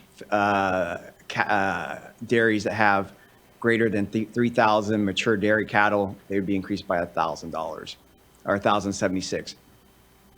Looking at our irrigated lands program, 50 acres of irrigated lands would go up by $3. And then, as an example, 1,000 acres would be increased by $63. And then finally, the minimal fee for our permits on cannabis would be increased by $43, and then a maximum fee would be increased by $508. Next slide, please.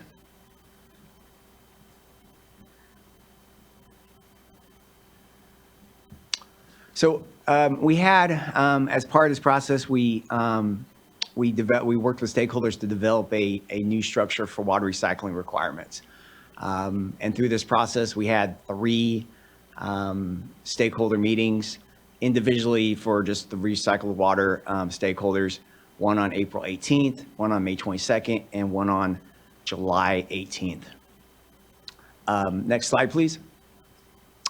So just to kind of jump into a little background here, prior to 2023, the water boards lacked the authority to assess fees for individual water recycling requirements and WDR and MPDS wastewater permits that contain water recycling requirements. The fiscal year 23-24 budget also contained trailer bill language providing the authority for recycled water permitting and authorized funding for water supply strategy implementation BCP, which contained 15 positions for permitting recycled water projects. So again, together with the Division of Water Quality, the Fee and Revenue Branch, we hosted 3 stakeholder meetings. We also had a separate meeting with water reuse at their request. You know, at the beginning and throughout this process, you know, one of the challenges in developing this fee structure is there's a wide variety of ways in which water recycling is permitted throughout the state. And we wanted to ensure the fees would be appropriate, applicable statewide. So as we're looking at the proposal here, staff's proposal evolved from basically stakeholder comments. So at the first meeting on our April 18th meeting, staff presented various methodology options. These options included assessing a fee based on type of recycled water produced, potable versus non-potable, permitted design flow, and a combination of both type and flow. And we received several comments. One was, you know, as water recycle is encouraged by the state, the fee should continue to be spread broadly across WDR and MPDS fee payers. The design flow was not representative of recycled water production. The proposed fee would be duplicative, specifically of the Division of Drinking Water fees for potable reuse projects. And there are inequities in the proposed fee schedule that don't reflect the vast differences in projects statewide. So again, as we received this feedback and we started to evolve, we presented several other options at the May 22nd meeting, which categorized recycled water production permits by size based on the volumetric annual report volumes. We created a separate fee category for permits for recycled water production and recycled water distribution, and then we expanded tiers to include a greater number of sizes. So with this additional feedback received at the July 18th meeting, staff presented one final option that assesses a surcharge based on the type of recycled water produced, potable versus non-potable, for facilities with MPDS wastewater permits or WDRs that contain recycling requirements. And then the fee would be assessed as a flat fee for standalone water recycling requirements. Permits for distribution or use of recycled water exclusive of production would be assessed a flat fee of $1,500. So the fees that we came up with, so permits issued for recycled water production, potable would be $16,000, non-potable fee $2,800, and then of course permits issued for recycled water distribution and or use only would have a flat fee of $1,500. The fees are based on an estimation of level of effort of work associated with the water recycling requirements. We received positive feedback and support from the water recycling community on staff's proposal. We also mentioned to the stakeholders in the meetings that we will continue to monitor the fee schedule and keep the water recycling community informed at upcoming fee stakeholder meetings, and have offered to meet with the water recycling community to discuss any concerns if they arise. Next slide, please. And before I get into that, I do want to mention one change. We do also have what we refer to as our federal fee rate. And there's not a slide on this, but the rate reduction for federal entities, which is not subject to our ambient monitoring surcharges, will be reduced from the current 8.2% to 7.2%. So it will be reduced by 1%. So I do want to mention that in the record. We received 2 comment letters. Rosario Cortez from Water Reuse was supportive of the item, and I believe she's here today to comment. And then Spencer Sachs also was supportive of the water recycling proposal, was also supportive of the proposals for WDR and MPDS fees. Next slide, please. And that leads to questions, if there's any questions at this time. Thank you very much. Appreciate, I know the discussions that continue to go on with stakeholders around these fees, and appreciate the back and forth and the openness that you all have approached this with. Looking to fellow board colleagues, if there's anything off the bat on water quality. And hearing none, we can, oh, yes, sorry, Board Member Morgan. I just want to quickly to say thank you. I know every year you have the stakeholder meetings and you work through the fee setting process. And, this year you proposed the water recycling fee. And then you work with the community to, modify and to refine that fee. And I just really do appreciate the work and the effort to really just have the collaborative process each year, and to be open to feedback and working with all of our stakeholders, not just here with water recycling or the water quality, but for all of our fees. So I just want to just express my gratitude for that. Thank you, Board Member.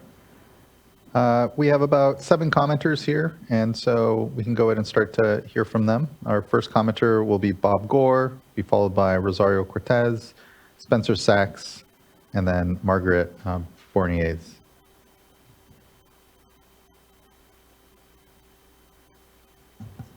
Good morning again. I wanted to make sure I was live. Thank you. The water quality process, the fees is detailed, nuanced, and thorough. And on behalf of the Gualco Group and the prior clients I cited, we'd like to express our appreciation and look forward to expanding and making this format more effective. Thank you. Thank you for that, Mr. Gore. Appreciate it. Next, I'd like to call up Rosario Cortez, followed by Spencer Sachs, then Margaret Fourniers, and then Ellen Weir.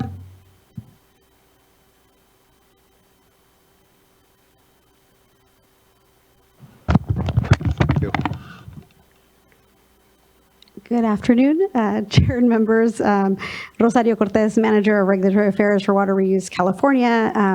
As was mentioned in the presentation, Water Reuse California does agree that option F before you today is the best path forward. But we really wanted to acknowledge staff of both Division of Administrative Services and the Division of Water Quality for their responsiveness to our May comment letter.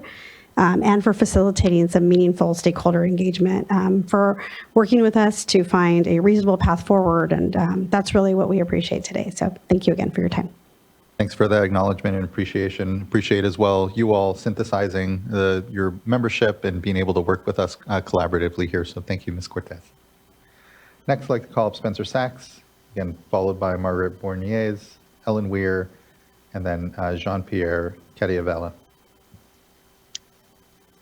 Good afternoon, Chair and members. Spencer Sachs on behalf of CASA, the California Association of Sanitation Agencies. CASA represents over 130 agencies and municipalities that engage in the collection, treatment, recycling, and resource recovery of wastewater. We are greatly appreciative of the opportunity to provide comments on this item. We would like to take this opportunity to express our appreciation for the Water Board, listening to our concerns over large fee increases. Previously, we had asked that the State Water Board attempt to limit fee increases to manageable and predictable amounts, and we feel as if these fee increases largely satisfy that request. We know that the State Water Board understands the need for lower and more predictable fee increases year over year.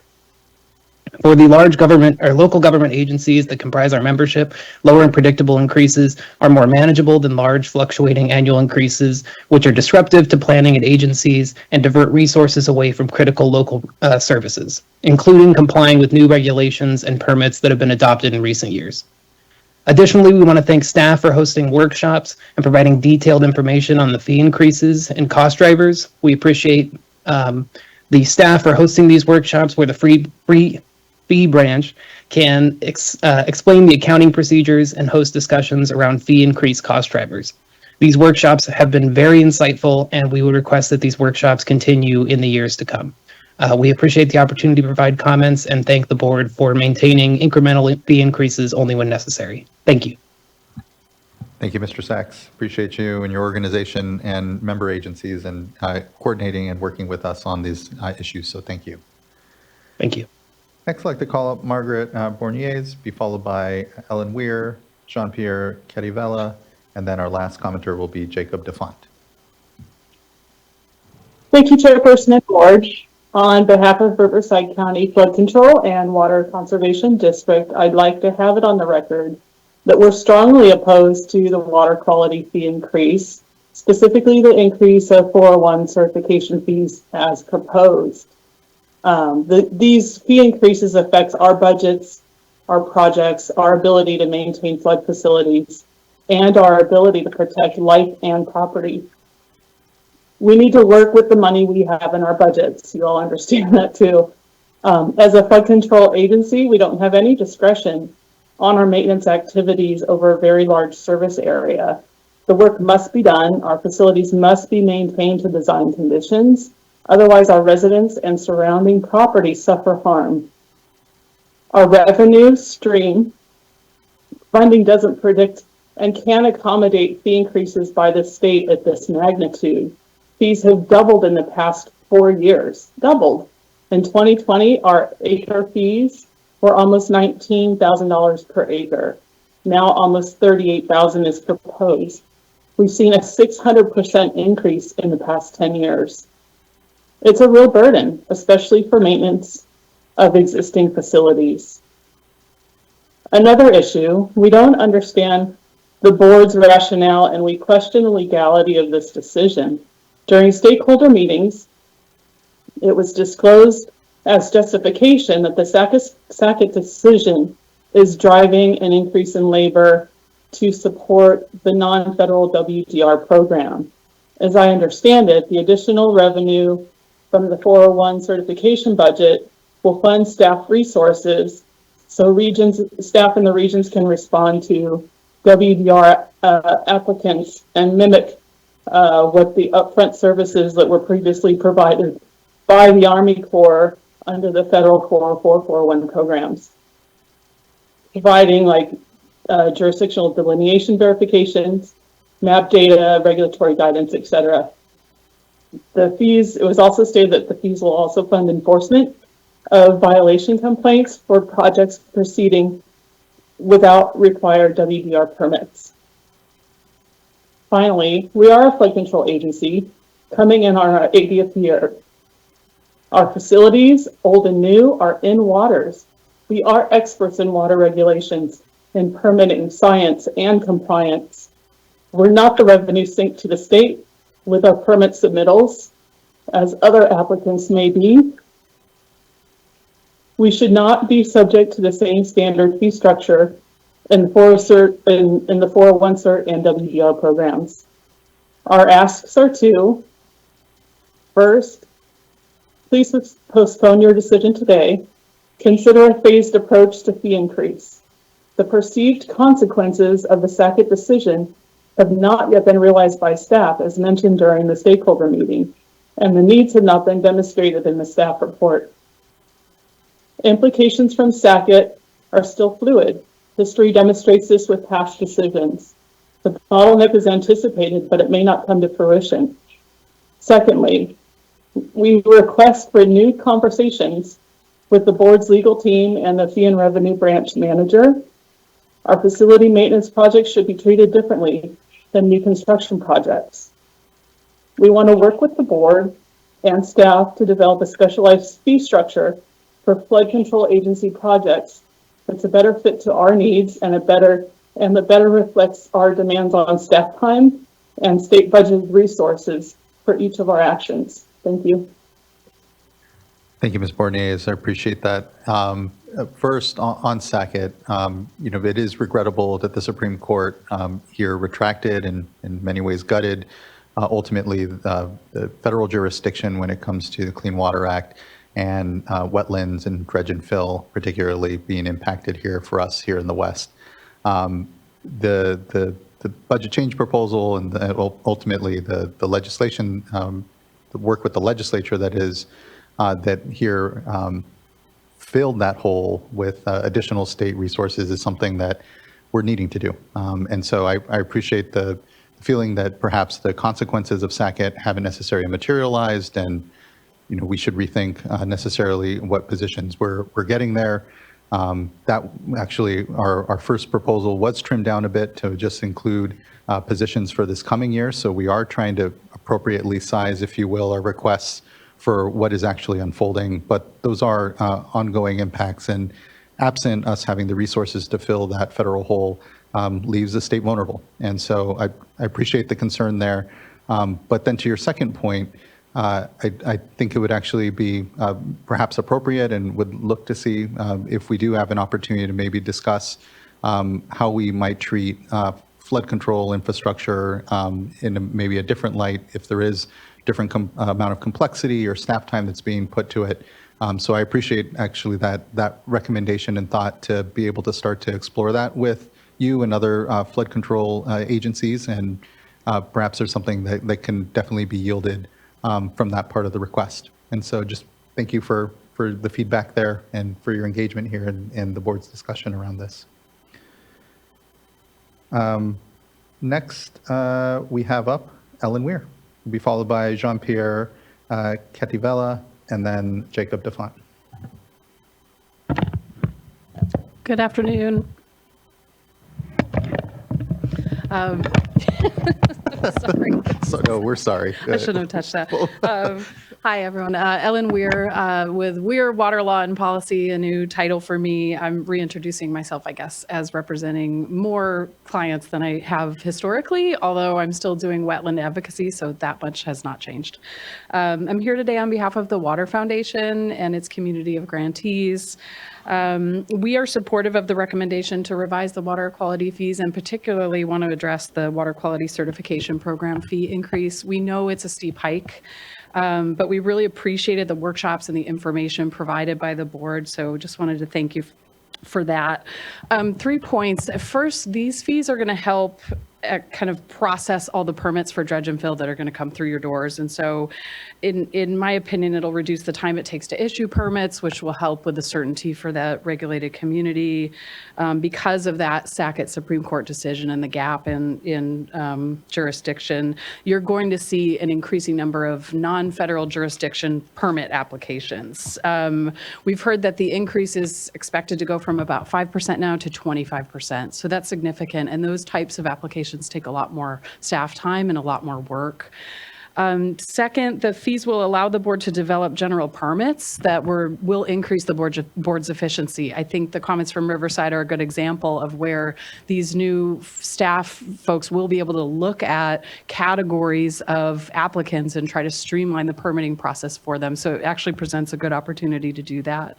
And then third, the fees will address a growing need for outreach to the regulated community and enforcement to help with this state transition and covering this regulatory gap, and protect waters of the state. There's a lot of permit applications that are not happening right now.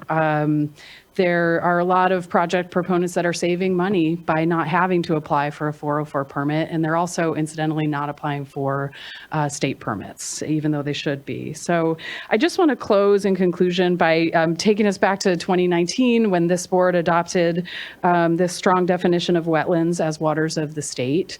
And I read that resolution from 2019, and it said, this is way before the SACIT decision, but it said, quote, U.S. Supreme Court rulings reducing jurisdiction of of the Clean Water Act have necessitated the use of California's independent authorities under the Porter Cologne Act to protect these vital resources. So because of that foresight, I think California is way ahead of where other states are in terms of addressing the fallout of the Sackett decision, but there's a lot of work left to do. So we look forward to supporting the board in trying to address that issue. Thank you. Thank you, Ms. Weir. Really appreciate the good comments and contributions here, and completely agree with the points you've made here. And sorry for the wonky microphone. Next, I'd like to call up Jean-Pierre Catiavella and then Jacob DeFont. To Chairman Esquivel and board members for the opportunity to comment. I'm here on behalf of Dairy Cares, a statewide coalition of dairy trade associations and companies. We certainly support the need to collect fees to support the important regulatory programs. I'm here today to express the concern that the fees today and in the past have shown a pattern of increasing much faster than inflation. By our math, fees since 2012 and 13 fiscal year have now raised 169% for dairies. We realize that fixing this is mostly outside of your purview, but felt the need to mention it on the record again. And I think it's important for the public to know and the board to know that these increasing costs are being exacerbated by other things that we're trying to do to also comply with water quality programs. For one thing, we have fewer dairies, fewer cows, and so there's the cost of the regulatory program is being distributed over fewer people, so that means they pay more. And the dairies in the Central Valley are especially seeing other costs. The nitrate control program is an example. Certainly a good program. We support that program. We support it financially. We've put in $4 million so far, and we certainly are going to continue doing that and expected the price tag to get bigger in each year that we open up new management zones. Salt control program, that's a program we've funded now for several years through the Central Valley Salinity Coalition, on which I serve on the board of directors of that. And then we're putting in many environmental controls, particularly through efforts of your sister agencies, the Air Resources Board, the California Department of Food and Agriculture. We've all heard about dairy digesters being built. We've also heard about alternative manure management projects. There's a new program called Dairy Plus, which is enjoying about an $85 million infusion from USDA, along with money from the U.S. California Department of Food and Agriculture. Those incentives are fantastic, but they are more than matched by private capital to build these projects. So the dairy industry's invested over $1 billion in improvements on dairies to reduce carbon impacts and improve water quality. Much more to do, but I just want the big picture of where the costs are going. So anything we can do to control costs and remain as efficient as possible in this program is helpful. I do have a specific request, and that's to the staff as well as I wanted the board to hear it, is this year, those workshops are great. The staff workshops, they help us understand what's coming and give us a chance to weigh in. This year, some of them were scheduled on the same day as CV Salt's meetings, where a whole lot of the stakeholders are trying to go to both. We let them know, and they couldn't change it. So I'm saying now, please consult with CV Salts and let those stakeholders attend to both and not have to make that choice. So then we look forward to continuing to work with you, the regional boards, your sister agencies, on initiatives for sustainability in dairies. Thanks for your time. Thank you, Mr. Catiavella. I appreciate those comments and noted on scheduling, and appreciate that those forums are productive, and thankful for folks' participation in all of that. So thank you. Thanks for the comments. Last, I'd like to call up Jacob DeFont. I'm back from Ag Council. Thank you all very much. I wanted to just echo some of the comments from the previous commenter about rates and the correlation with inflation. I'm going to be talking about our concerns about the proposed fee increases, especially as they relate to kind of other fees compounding at a time when farmers, again, are facing those razor-thin margins and having to make really tough decisions about how they're managing their lands, managing water quality and wastewater. That's important to ag lands and to livestock operations to maintain the quality of our environment and their product. But again, farmers are already facing these rising input costs, water scarcity, and then this burden from some of these regulatory fees. That's really continuing to push farmers to their financial limits, especially some of those smaller farmers. On top of kind of some of the comments made about inflation and the correlation to fees, we found that some of the annual fees for certain wastewater discharge requirements could rise as much as 20%, which is another big chunk when looking at these increases per acre or per acre foot. It seems small, but when we're thinking about all these fees together, and we're talking about mid to large size farms or livestock operations, that increase can actually become a lot for those farmers. Again, we're facing the smallest and thinnest of margins in our state. Farmers want to keep engaging on water quality efforts through best practices, irrigation management, proper management of wastewater, but there are fears that this cost burden of compliance and cooperation might delay some of the farmers who are facing even thinner margins than some of the bigger operations to delaying some water quality projects that they might be able to get online faster if they weren't facing higher fees along with the cost of everything else we need to do business in the state.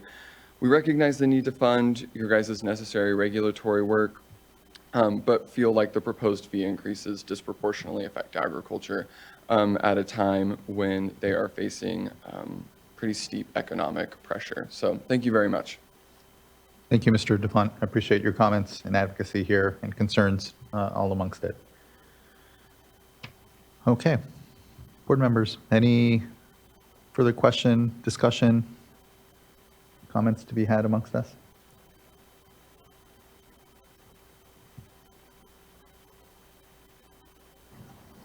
And if not, prepared for a motion. I just want to say, just to plus up some of the feedback we heard from Riverside with regard to the maintenance of existing basins under existing permit, that I welcome additional conversations about that. So thank you, Chair, for supporting that. I think that would be a wise thing to do.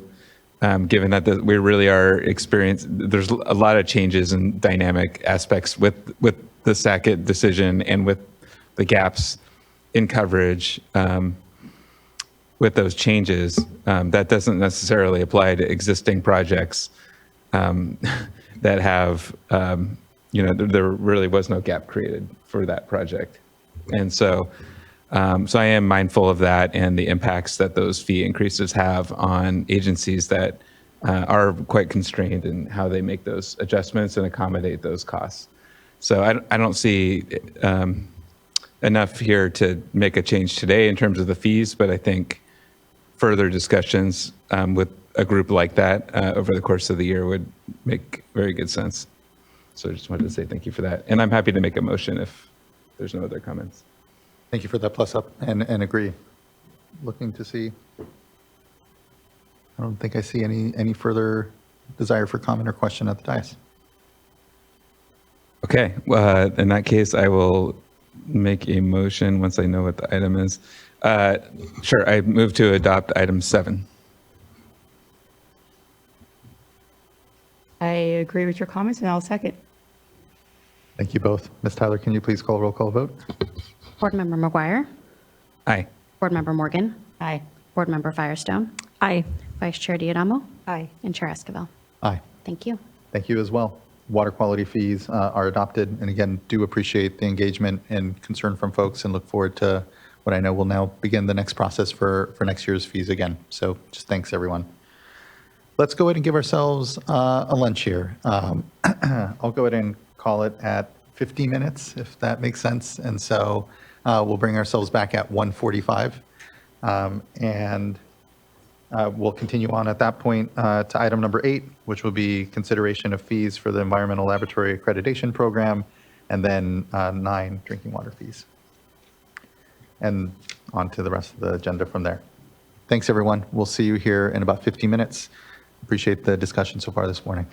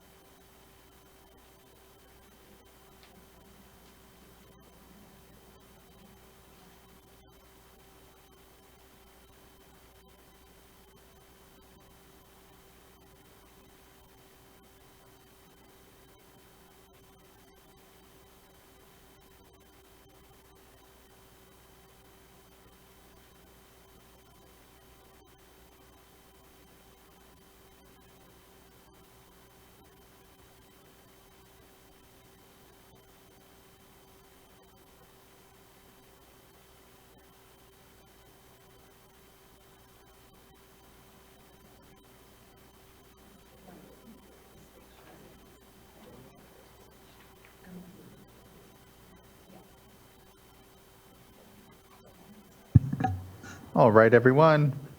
We're at 1:45. Hope everyone had a good lunch. We are now returning and beginning on item number 8, which is our fees on the Environmental Laboratory Accreditation Program. Good afternoon, Board Chair Escobar, fellow board members, David Ceccarelli from the Feed and Revenue Branch, DAS, along with Cassandra White and Kim Niemeyer from the Office of Chief Counsel. We'll be presenting item number 8 on Environmental Laboratory Accreditation Program fees. Next slide, please. Again, myself and Cassandra will be presenting. Next slide, please. Staff's presentation today will contain, of course, our stakeholder outreach, the Environmental Laboratory Improvement Fund, ELIF budget cost drivers, our proposed fee changes, comments that we received, and questions. Next slide, please. We had multiple stakeholder outreach for ELAP this year. Of course, we had what we refer to as our general stakeholder meetings based on iterations of the governor's budgets. March 8th was our first meeting, then June 14th, and then August 2nd. And then we had specific fee work group meetings to discuss making some adjustments to the fees and what we could do and just trying to figure out kind of an outline of kind of moving forward also. And with that said, I'll get into a little more of the details from, of course, that work group meeting and in our proposal. Next slide, please. And this is the, so ELAP is supported by what we refer to as the Environmental Laboratory Improvement Fund. And not much of a fee setting budget difference from last year to this year because there weren't any BCPs or anything that are rising costs. But I'm going to pass it on to Cassandra just to give a little more detail of the cost drivers in this program. Thank you. Good afternoon. So last year's fee setting budget was $4.65 million. And you'll see the new fiscal year 24-25 fee setting budget is $4.67 million, a net difference of $20,000 and a percent change of 0.4%. And next table, the state operations increased by $73,000, 1.6%, and pro rata decreased by $53,000, 1.1%. And again, for overall net difference increase of $20,000 and 0.4%. Hand it back to you, Dave. Thank you.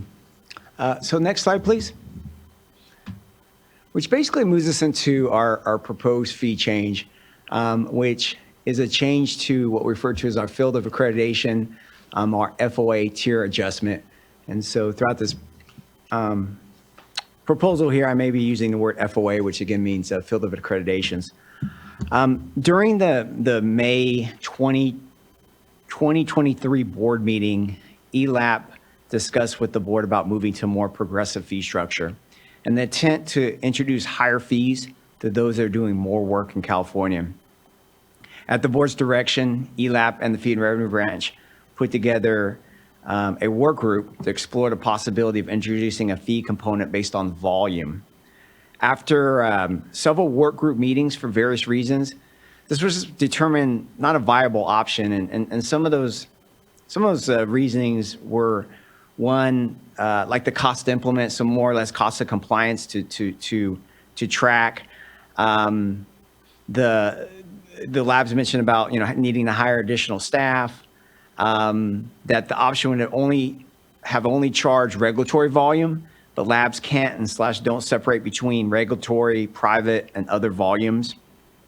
And our database at the time, and is still at the time, it wasn't able to kind of track or implement the volume based to be able to track and be able to, of course, invoice out of.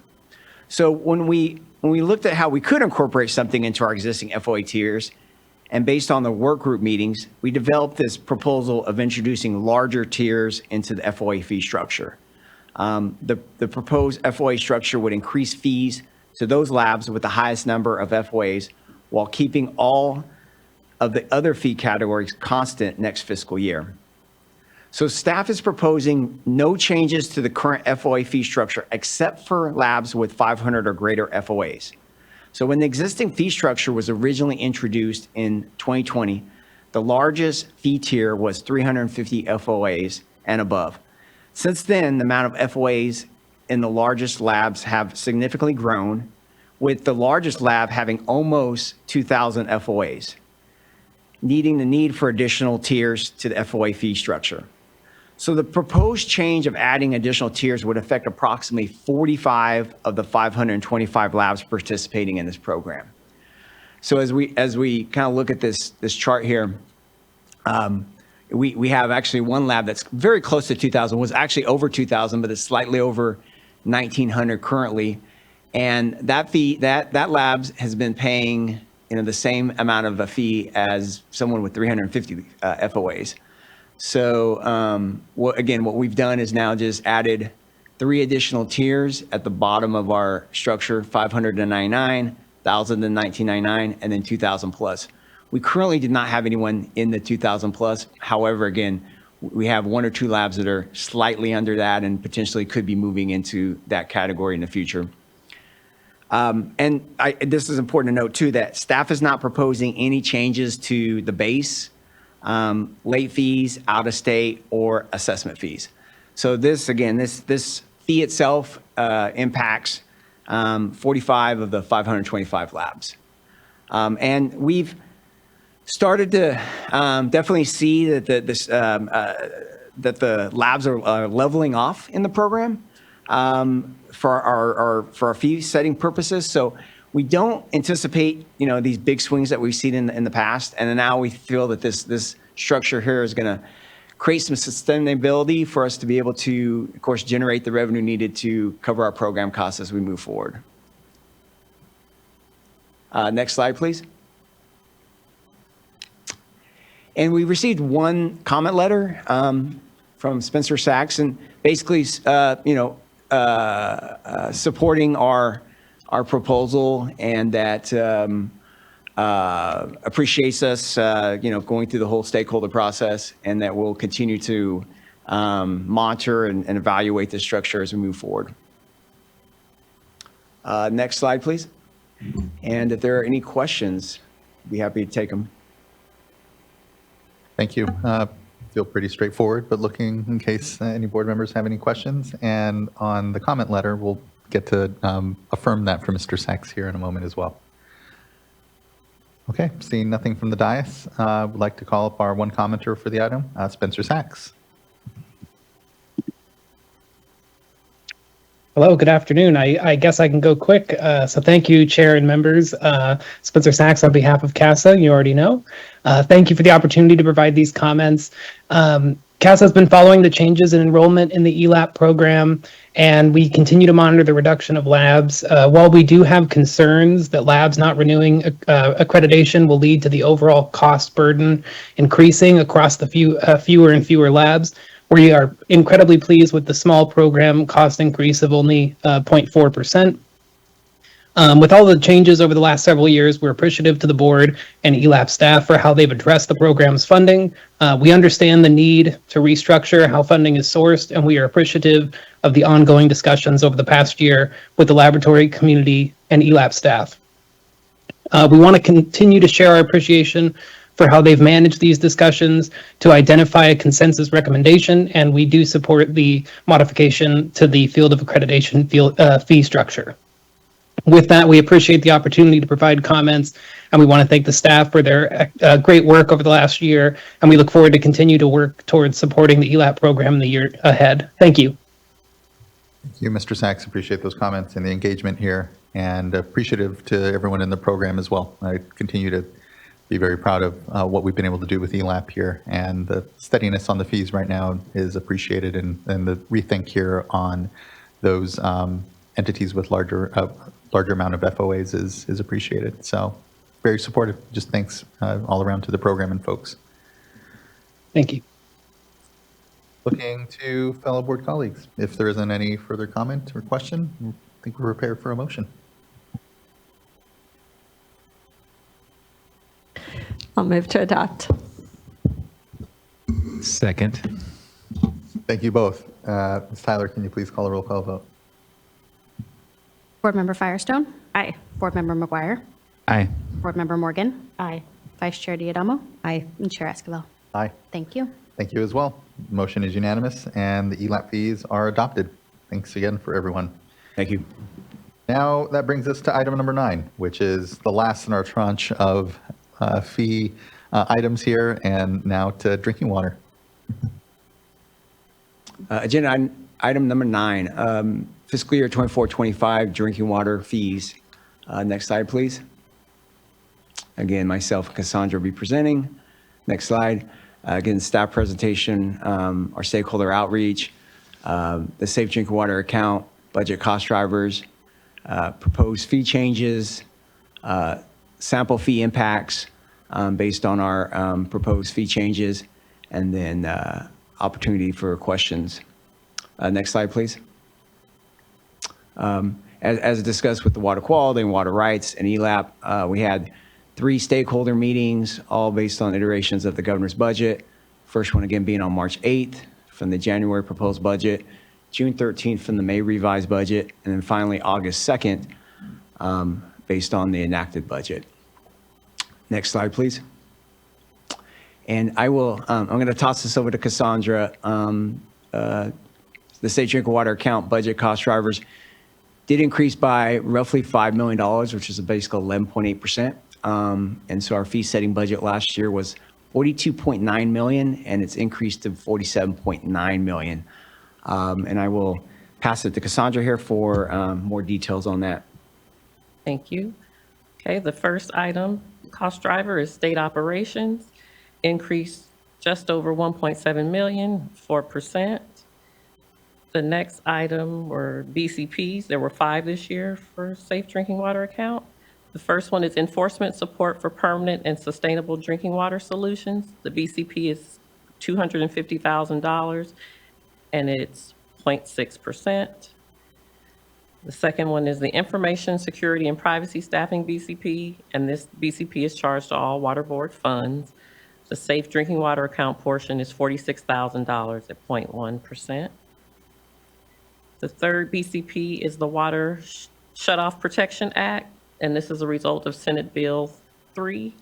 The BCP is for 1.6 million, and it's 3.8%. The fourth BCP is the Los Angeles County Primacy Delegation Agreement termination. The BCP is $881,000, 2.1%. And the final BCP was enforcement support for at-risk domestic well compliance, a result of Assembly Bill 664. The BCP is for $450,000 at 1%.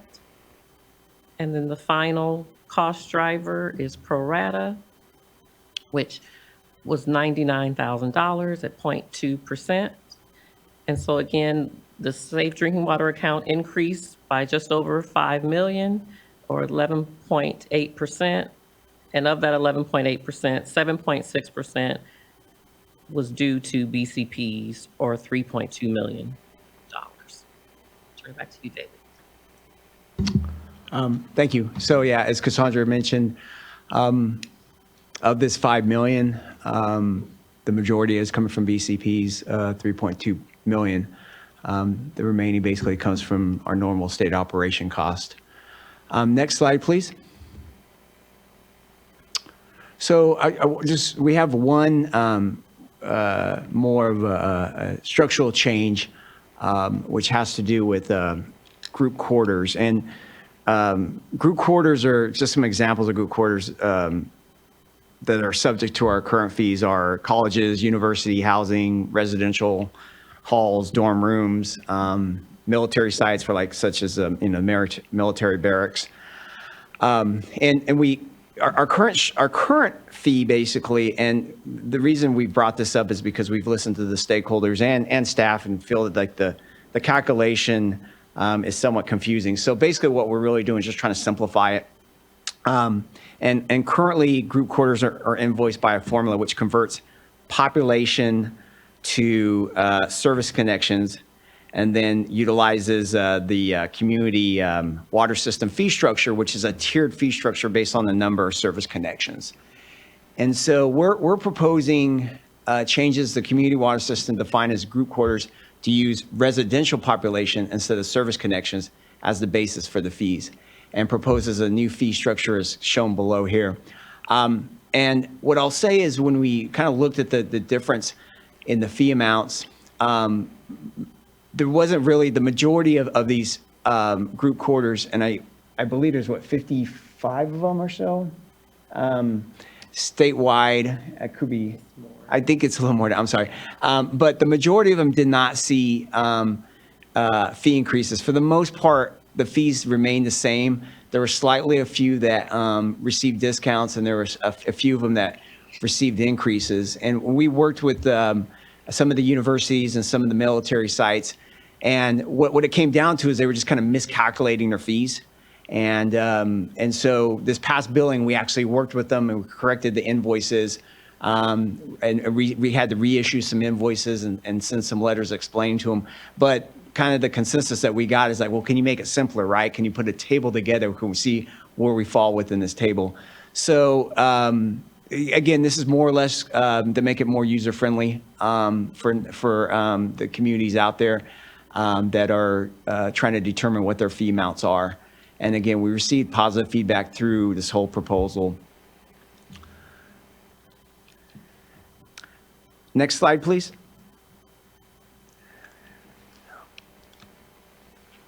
And then, again, we, to generate, of course, revenue for the program to cover the budget cost drivers, that we're proposing to increase fees by 12.7% for wholesalers, non-transient, non-community, non-transit, non-community, transient, non-community, and all community water systems. So it's basically all categories in our drinking water program would be adjusted by 12.7%. And then we also have just some slight changes to the text. So bullet 1 there basically is how service connections are calculated if community water system does not report their service connections.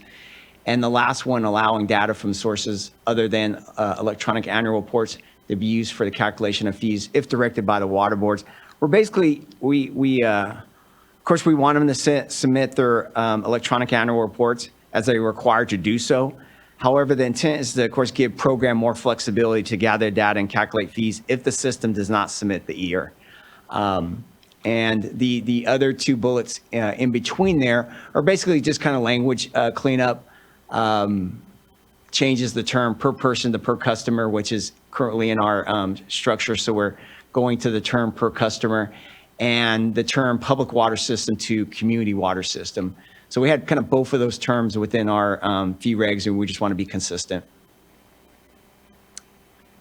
And next slide. And so just wanted to give a few examples of what a 12.7% increase looks like. Of course, our smallest fees, which are less than or equal to 100 service connections statewide, they would be looking at a $38 net increase. Water systems, so our minimum community water systems that have less than 59 service connections. And I apologize, I should have said this for the front. The first category is the disadvantaged community water systems, and those are the smallest, but they actually get a discount because they're in a disadvantaged community area. A minimal community water system with 59 service connections would see a dollar amount increase of $76. An average, which has about 5,000 service connections, would see an increase of $4,200 or almost $4,300. And then our largest 5 community water systems, and so the average of those 5 are roughly around 360,000 service connections, would see an increase of about $107,000. And then the non-transient, non-community water systems would see an increase of about $97. And then transient, non-community water systems would see an increase of $170. Next slide, please. And there's no comment slide because we did not receive any comments through the comment period regarding this item. And I'm here to answer any questions if needed. Kindly, as always, just appreciate the good balanced work here. I don't have any questions off the top, but again, looking to the dais in case there is. And we do have one commenter, and so we can go to Mr. Bob Gore. Good to see you again, Mr. Gore. Good afternoon. Hope you had a good lunch. Good afternoon, Joel, and I pass. It's a fine effort, and the Water Board staff deserves a lot of credit for standing this program up in less than 3 years. Thank you. I really appreciate that. All right. I'm supportive. I think it's the right balance, and again, appreciate the good work everyone has done there. So, entertain a motion. I'll move adoption of item 9. Thank you. I'll second. Thank you both. Ms. Tyler, can you please call a roll call vote? Vice Chair Diadamo? Aye. Board Member Firestone? Aye. Board Member Morgan? Aye. Board Member McGuire? Aye. Chair Esquivel? Aye. Thank you. Thank you as well. The vote's unanimous, and item number 9, the drinking water fees are adopted. Thank you. On to work for the next year. So thank you for all the work across all the fees, and again, continue to hear the importance of the engagement and appreciate all the time that gets taken in order to explain to folks where we are, show them our books and our numbers, and help them build faith in the decisions we're making here on these. I know it's a yearly discussion. It's not always an easy one. So I just appreciate all the good work. Thank you, Ms. White. Thank you, Mr. Ciccarelli. Maybe I shouldn't have broke for lunch. We could have maybe have quickly gotten through that faster than I thought, but at least we're recharged and ready for board member reports. Everyone's favorite part. Anyone would like to kick us off here? I know I need to pull up the calendar here myself. I can start.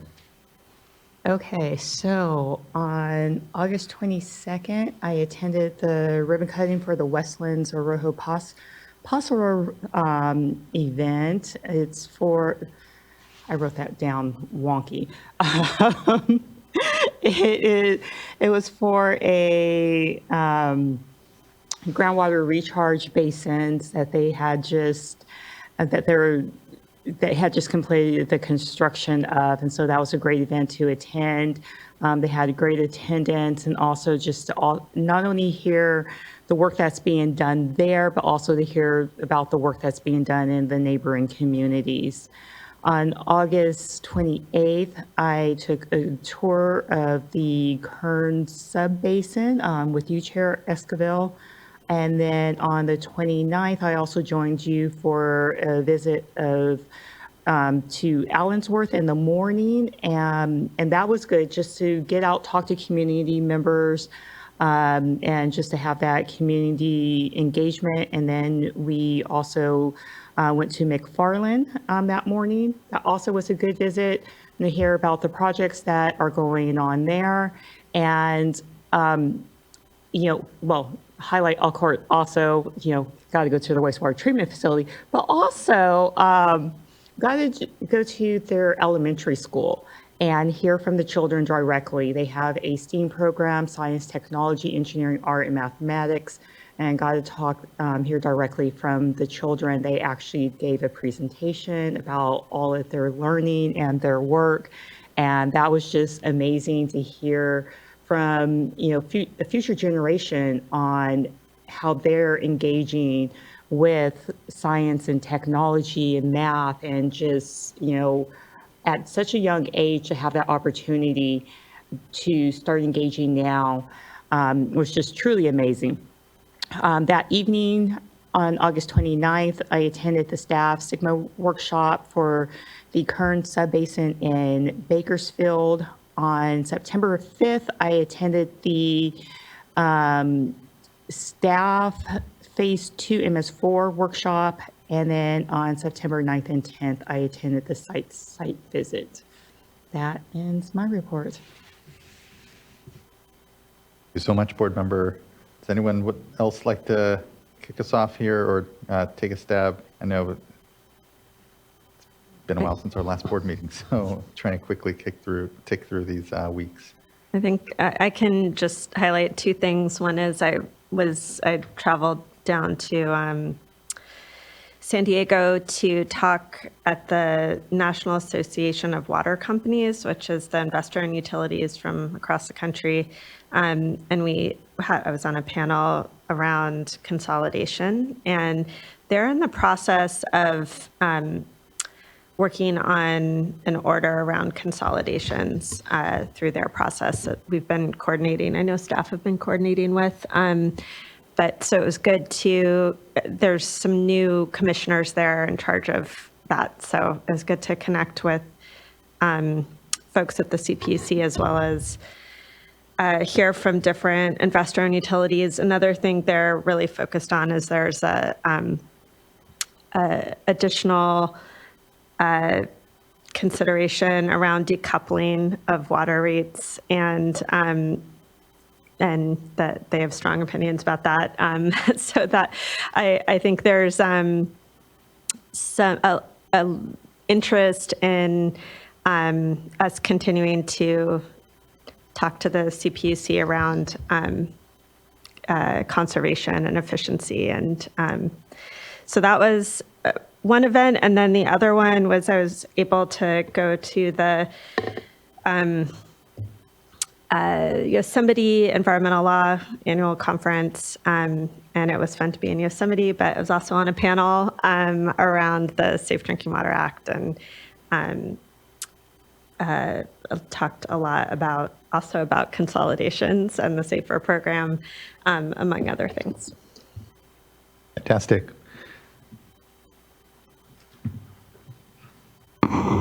Board Member McGuire. Yes, thank you. So I too attended the Kern workshop down in Bakersfield that Board Member Morgan mentioned, as well as the site visit that occurred last week on Monday and Tuesday. And I know a number of you were also there. And then I just wanted to highlight on August 30th. So I spoke at the Maddie Institute, had a luncheon, and I actually wasn't all that familiar with the Maddie Institute prior to being invited to speak, but it was great. It was a very good opportunity, nonpartisan group focused on civic engagement and building up the community there and inspiring students as well out of Fresno. And so this was actually their first meeting in Bakersfield. So CSU Bakersfield was present there. And so I just spoke with them on high-level board priorities, really focusing actually on safe drinking water and the needs there, and also a bit on groundwater recharge, which we talked a little bit about earlier today. So that was the area I wanted to emphasize, and that's all I had to report. Great. Thank you, Board Member. Vice Chair. Okay, so on the 22nd of August, I spoke before the Almond Board's leadership seminar and just went through all the high-level issues, particular focus on SGMA, a lot of questions about SGMA. And I found that opportunity to be really helpful for me because sometimes I'm a little bit out of ag issues, and I was able to hear from the ag commissioner regarding a lot of things that ag is having to comply with on the pesticide front. And so that was helpful. I think some of the comments we heard today about, the layers of regulatory impacts. And so it helps to kind of put things in context. On the 28th, I was at the ribbon cutting for the City of Escondido's membrane filtration reverse osmosis facility. So this is a recycled water facility that is dedicated to agriculture. And there were a lot of happy avocado farmers there. So they have water quality issues. And then, of course, the outfall to the ocean. And so they're able to catch this capture this water and, at a bit of a lower cost because of, the purpose for agriculture, along with a low interest loan of, they received funding from the Division of Financial Assistance, $45 million, and then other funding through Prop 68 and Prop 1. So there were a lot of real happy people there, and that was good to be part of a celebration. And then on the 28th, attended the 29th, the Kern workshop, and then joined some of you at the Sites Reservoir tour on the 9th and the 10th. Gotta love avocados, and so anything that helps avocado growers, I think, is a win for us all, and that's an exciting project. So thank you for having done that, Vice Chair. Okay, for myself, on August 22nd, I did a tour, harmful HABs tour in the Delta with board member Firestone. Was hosted by USGS, and our staff were there. It was a really great opportunity just to get out into the Delta and understand some of the dynamics that are driving harmful algal blooms and have a real good discussion. USGS are doing incredible work. We're really fortunate for them to be partners. I know there's some funding going on and trying to just unpack how we really tackle such a critical and huge issue. Went all the way from the Stockton waterfront down into the Delta, and so it was a nice day. It was great to be out. On the 28th, as us all, we, with myself and board member Morgan, toured the Kern Subbasin. The next day, again, was at Allensworth and McFarland, and completely agree with board member Morgan's summary of just how great it was on the McFarland tour to really connect with students as well. They had actually made T-shirts that said "Clean Water, Bright Future." It really tugged at all the strings, and just was incredible everything that they're doing there in the school, and good to be able to connect to the water challenges that they have as well. That evening, we had the community meeting for the Sustainable Groundwater Management Act in the Subbasin, and just appreciated that we were all able to be there, listen, and really connect with the community. So just thanks for everybody. I know we had all of our folks that put, obviously, the event together as well, so it was good to see everyone. Then September 12th, I was on a panel that Cal Matters pulled together regarding the Sustainable Groundwater Management Act, and so it was a good opportunity to join Kings County Farm Bureau, Aaron Fukuda, and then also Jasmine Ramirez from Self-Help Enterprises to talk about the importance of the Sustainable Groundwater Management Act, and some really good back and forth, so really appreciated that opportunity.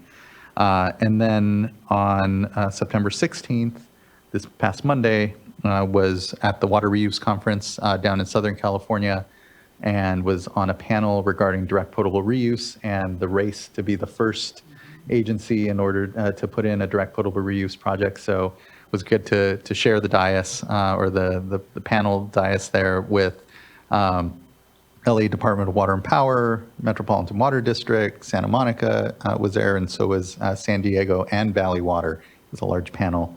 And, it was good to have some Northern California representation. Southern California does well in the water recycling space, but it was good to have a little friendly competition all amongst them as to who will be the first in order to put in a direct potable reuse project in the state. There was also an interesting video that Water Reuse had commissioned, if you will. It had Jack Black in it, and poked some fun at the yuck factor around water recycling, direct potable reuse here, but also was informative too. So it was an interesting approach, a little comedy and importantly a lot of information. And that wraps up my report. Busy all amongst us, and I know when we skip a board meeting, it piles up a bit. So glad to hear everyone out and about and doing good work. That concludes then board member reports, and brings us to item number 11, Executive Director report. Mr. Oppenheimer. Yes, you mentioned direct potable reuse, so I'll just highlight from the report that Office of Administrative Law has now approved our direct potable reuse regs. They actually become effective October 1. Also, from the report, Office of Administrative Law also approved our Chromium 6 MCL, also effective October 1. That's all I have to highlight, but we're happy to take questions. Those are huge in and of themselves, big achievements, and really appreciate, again, everyone in the program that helped bring those to fruition. It's a good moment when we have that stamp of approval from OAL. Board Member McGuire. Yes, thank you, Mr. Oppenheimer, for the report. As always, it's a lot to get through, and it's just shows how much is really happening at the board, and we don't hear about everything. So it's helpful to have that report and for the public to review as well. And so on that note, I've been getting a few questions about the an item that's been in the report, but it wasn't in there this last month. But on the cross control policy handbook, there was an update, I think, a couple months ago in July, and what it didn't talk about was the guidance document that had been part of the adoption of the cross control policy handbook. There was an expectation and understanding that there would be a guidance document or some sort of materials that would be coming out before the handbook took effect. And my understanding is what I've been hearing is that didn't happen, or that hasn't happened yet. So I was wondering if there was any update, or if you don't have one, if that's something you could circle back with me on. I'd really appreciate it. Yeah, I don't have an update today. I do know that that's delayed. I see Darren Polhemus is here. I don't know if he has anything to add, but we can certainly set up a briefing and let you know, kind of the status of that. And if there's anything noteworthy to report, we can include an update in a future executive director's report. Appreciate that. Thank you. Thank you. Thank you, board member. All right. I believe that brings us to the end of this two-day board meeting. Consequential, and just appreciate everyone's time, attention, and contributions these last 2 days. Our next board meeting will be October 1st, and we will not have closed session on any of the items indicated on the agenda. So that brings us to the end, and we will see everyone here in 2 weeks. Be well. Thank you all, and this meeting is now adjourned. Thanks again, everyone.